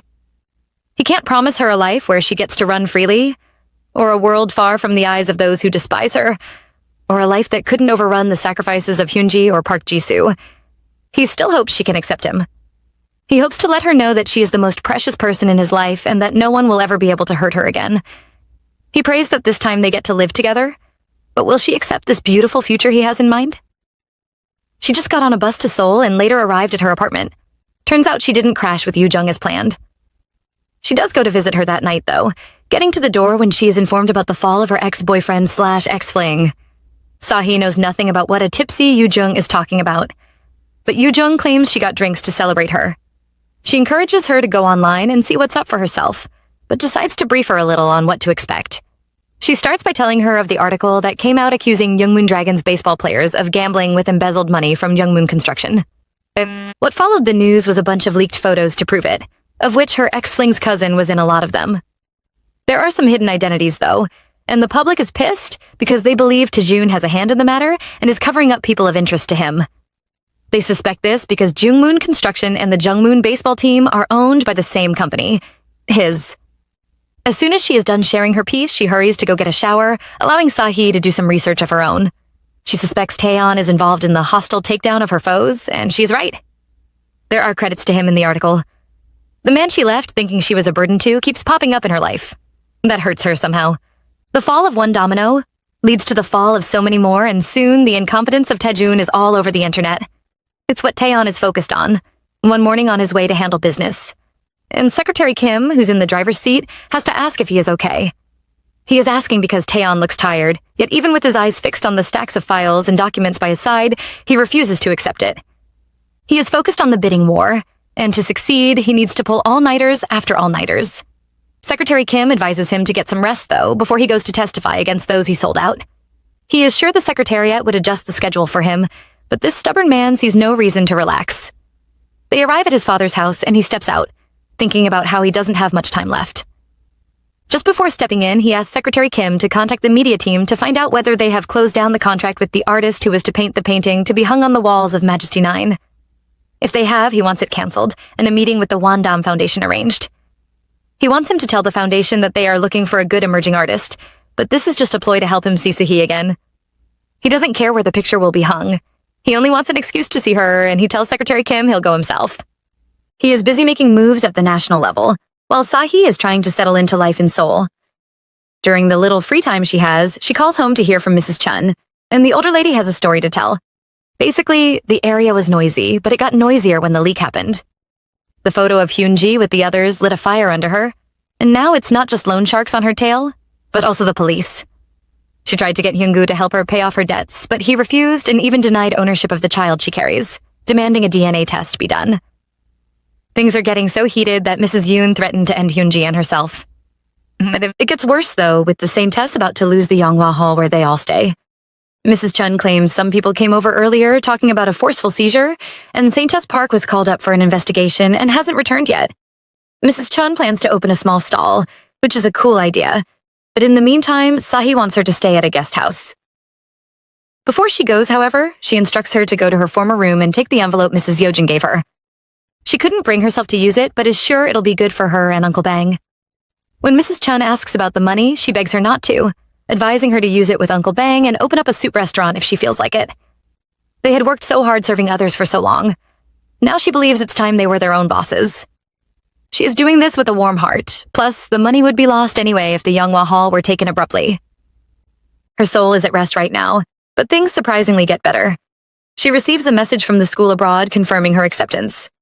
Yoo Jung got a similar message and rushed to tell her the good news. As soon as they link up warmly, she is hopeful for what the future has in store for them, far away from here. She looks forward to the next season of her life, but Tayon is still stuck in the previous one. Lying back to rest a little, his thoughts drift to earlier in the day, his meeting with his father. He asked his father to let go of the Yonghwa Hall and June and return all troublesome slush funds to society. He didn't mind being uninvolved with that place, but preached that Taejun was family. He didn't mind turning his back on him, and his father agreed to overlook it for only a short time. He also blamed everything on himself for pushing a certain Seong-yeol so hard. His thoughts are soon interrupted by a concerned Secretary Kim, who pleads with him to go inside and rest. Reluctantly, he agrees to rest, but wants the secretary to close the curtains of his office and turn off the lights for him. He wants to rest here and also grants his assistant the rest of the day off. His instructions are carried out, and it's just him, the empty office, and his headache left in the room. He can now see that he did overwork himself. He intends to take a short rest and then pick Sahi up later. Yes, everything is almost in order. It should feel like the end, yet thinking about her makes it seem like the beginning. At the dead of night, he promises himself he'll come pick her up soon. Which is cute. A week later, Sahi and her friends are at a gallery, and she is busy with a canvas when Kim Jung-woo and Yoo Jung come to pester her. They are hungry and need her to finish up so they can all eat. For their sakes, she rounds up and gets ready while thinking about how things have quieted down of late. Her grandmother lost Yonghwa Hall to the Jungmoon group. Funnily, they put Uncle Bang and Mrs. Chun in charge of the place, the only thing she is happy about. She is rounding up when she notices it's noisy outside and wonders why. Yoo Jung doesn't even let her check, though, bugging her about what she'd like to do. The three friends chat about this on their way to the elevator and then to the first floor. On exiting, they notice the place is lousy, which is strange. Some big shot arrived and he turns out to be Tayon. Sahi stares at him, bewildered, confused, and unsure why he is here. She panics immediately and is glad he is too busy to notice her, even if it feels like it's just him and her in the room. Kim Jung-woo notices that everyone paused and asks why. He gets no proper answer, however, and shifts his focus to the man of the hour, Jung Taeyeon. He knows the guy has been on the news lately and was even under investigation, so he is surprised to see him in person. Yoo Jung nudges him to keep quiet, for Sahi's sake, but he doesn't get it, accusing the ladies of acting strangely today. As a concerned friend, Yoo Jung wants to know if Sahi is all good, and she claims she is, even though she isn't sure. Their lunch break was fun, though it ended prematurely because their team leader called them in. Only Sahi, out of the three, isn't bummed about it, eager to hear what she has to say. Simply put, Taeyeon is in the building in search of a new artist to craft a painting for Jungmoon's Majesty 9. Sahi is aware that the old artist was accused of some heinous crime and considers the odds. Even her master planning ex couldn't have seen that one coming, right? She tags it a coincidence, to put her mind at rest, but fails to get that rest. As the team leader instructs everyone to stand by their paintings, she stands by hers, still lost in thought, paying no attention to the gossip around her. It's Jungmoon, after all. A big opportunity for these people. No wonder they are curious about whether or not they'd get paid a lot and more. Some of her colleagues believe the benefits they can get from this beat outweigh the costs of studying abroad. Minus the money, having a painting in Majesty 9 will make any underground artist famous in a matter of minutes. Only people born with a silver spoon could pass up this opportunity. They are hoping to be picked and have no interest in their current program. Sahi, on the other hand, recalls that Tayon knew she wanted to study abroad. She doesn't know how he knew, or if he knew she was going to the Hwandam Foundation. Funny how she thought she had evaded him, right? Yu Jung, noticing how down she looks, approaches her to make sure she is all right. Externally, she claims she is, but internally, she isn't. If this is all just a coincidence, it's a horrible one. She is lost in thought from the moment Tayon walks in and inspects everyone's work, but comes back to her senses when he gets to her turn. She is the last person, and he formally introduced himself as if they didn't know each other from way back. When he is done with her, she dwells on the aftertaste of his presence. Meanwhile, he heads to the CEO's office with the manager, who hopes he has found the peace after his heart. On their way back, Sahi and her friends look exhausted, with both of them talking about the selection while she stays silent. They are interested to know who will get picked, when Sahi gets a call that she is being summoned to the CEO's office on the 5th floor. She goes there, praying that all this is just a coincidence, but once she enters, she starts to doubt it. The CEO, unaware of the relationship between Tayon and Sahi, praises her extensively, telling him that he had planned to recommend her from the start. He also says she had the highest score in the evaluation exam, a secret even she wasn't supposed to know about. Minus her talent and her status as an established children's book author, she was also his son's colleague and the student of a renowned artist who vouched for her. During his blabbing, Sahi sneaks a peek at Tayon, only to be met by his cold gaze that forces her to withdraw. A few seconds after the awkward stare, the team leader comes in to inform the CEO that the contract is ready. He has to leave them to handle the final review and wants them to keep talking. But that's not what Sahi wants. She doesn't want to be left in this awkward situation, but it's already too late. She's alone with Tayon. Seeing as she won't kick things off, he starts the conversation himself by declaring that it's been a while. He has this cheeky smile on his face that has her stuttering 2 questions. Why are you here? And why me? He casually replies that he told her he wanted her, then rephrases, claiming he came here for her artwork. His answer sickens her stomach. It was this way on their first meeting, when he was casually rude to her, as if treating her rudely meant nothing. But to her surprise, he starts laughing. He says it's because she has been tense from the start, which helped her see that his earlier response was supposed to be a joke. She refuses to feel insulted and plans to leave if he has nothing important to say. She tells him that although she doesn't know how he got here, or why he is suddenly trying to act chivalrous, she has no interest in accepting cheap favors. She wants fair competition that he scoffs at. He doesn't mind starting a new contest and making everyone table submissions, but it's her work he plans to hang on the walls of Majesty 9. He doesn't believe in fairness or competition, but he's willing to play along if that's what she wants. For some reason, his determination pisses her off, and she wants no hand in it, getting up to leave and ignoring him when he asks her to sit.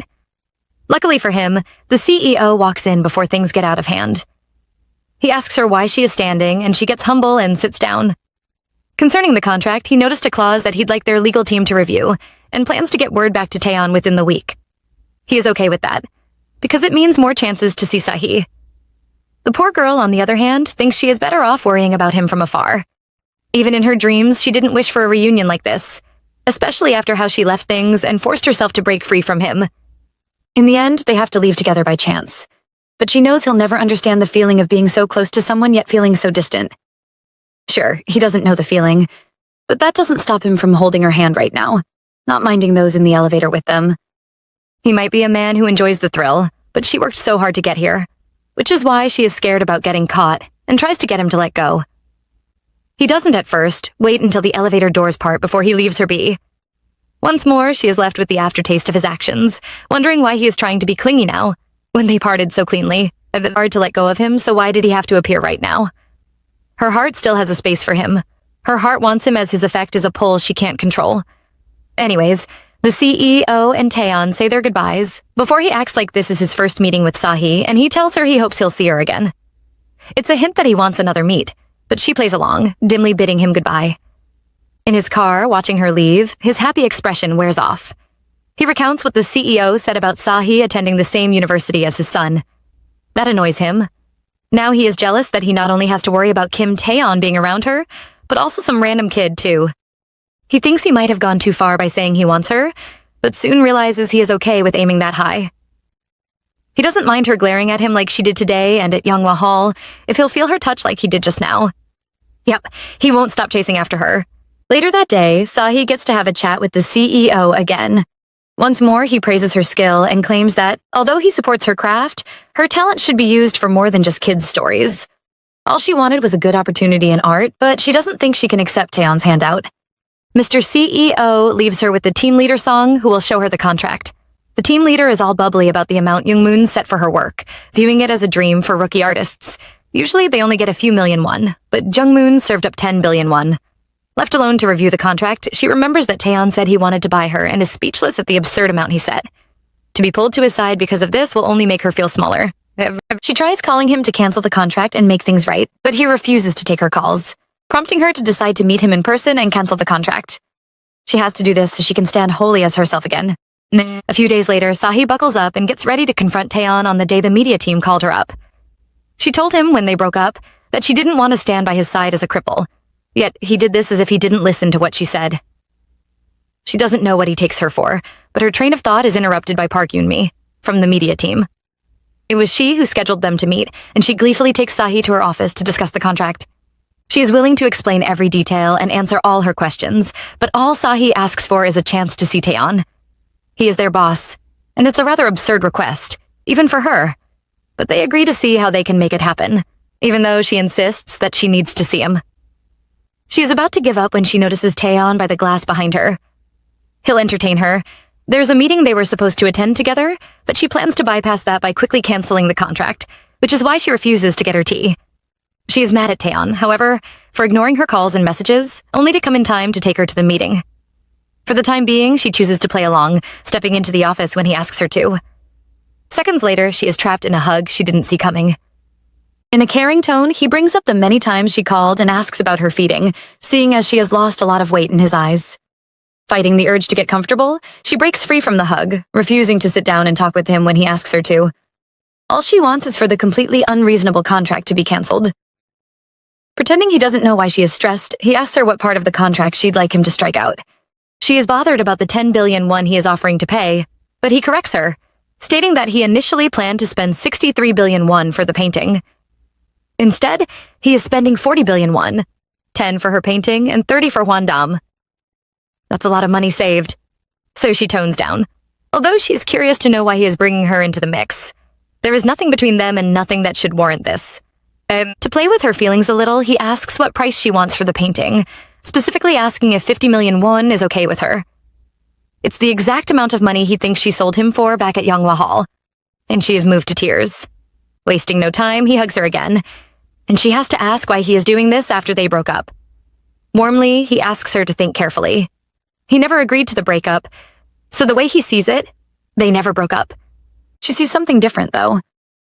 He turned away. He let go of her. She was certain it was all over, yet he acted as if their time apart were a brief period of grace. Can we blame him? He loves her, and he knows she likes him.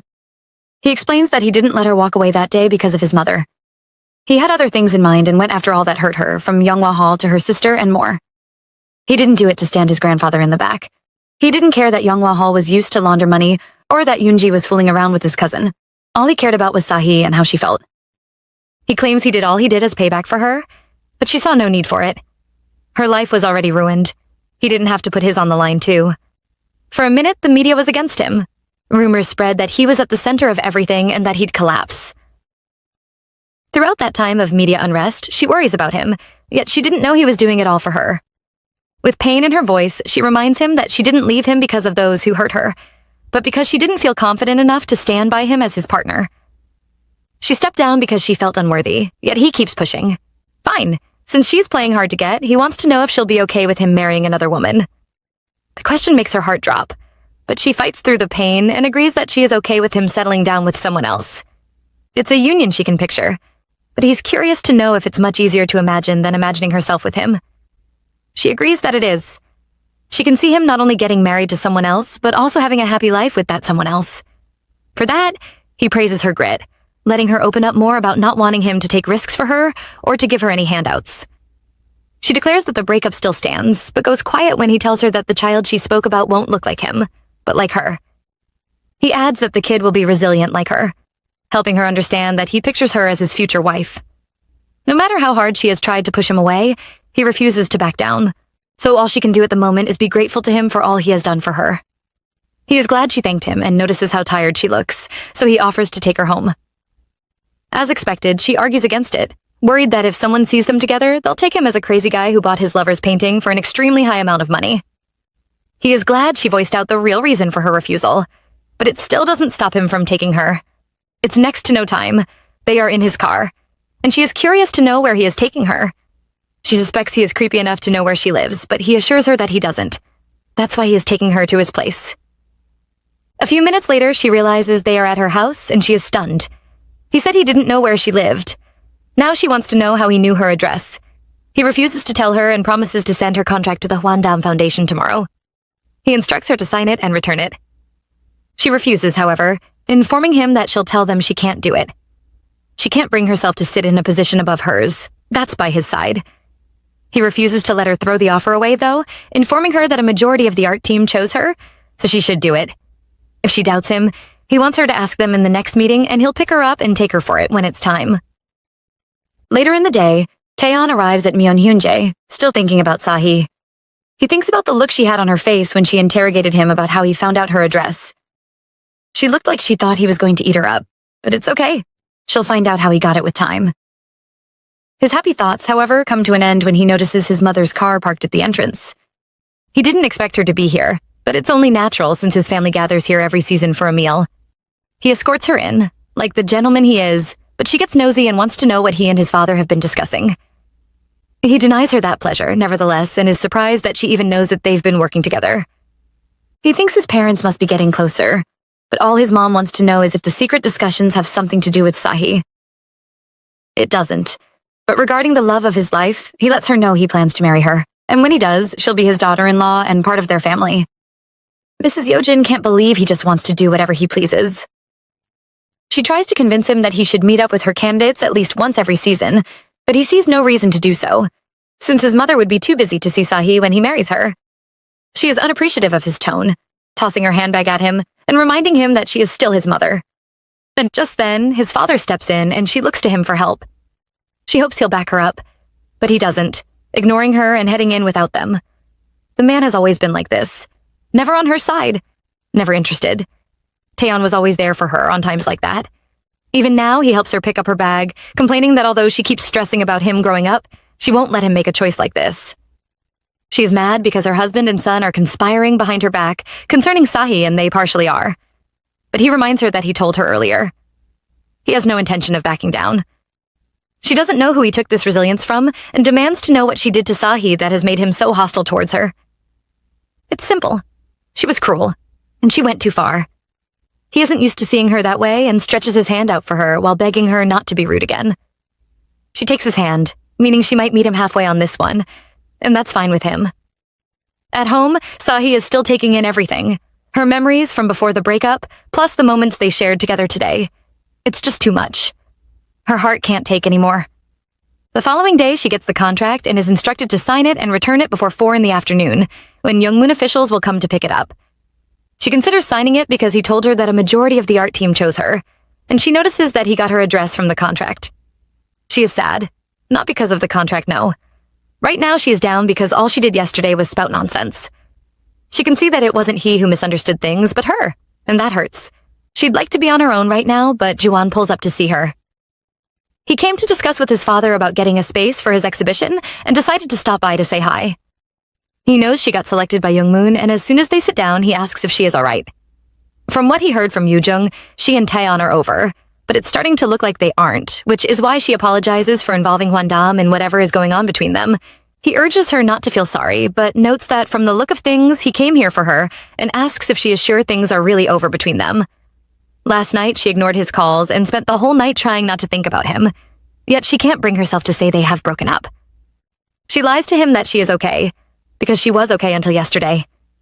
To get him to back off, she forces a fake smile on, convincing enough to make him apologize for interrogating her so much.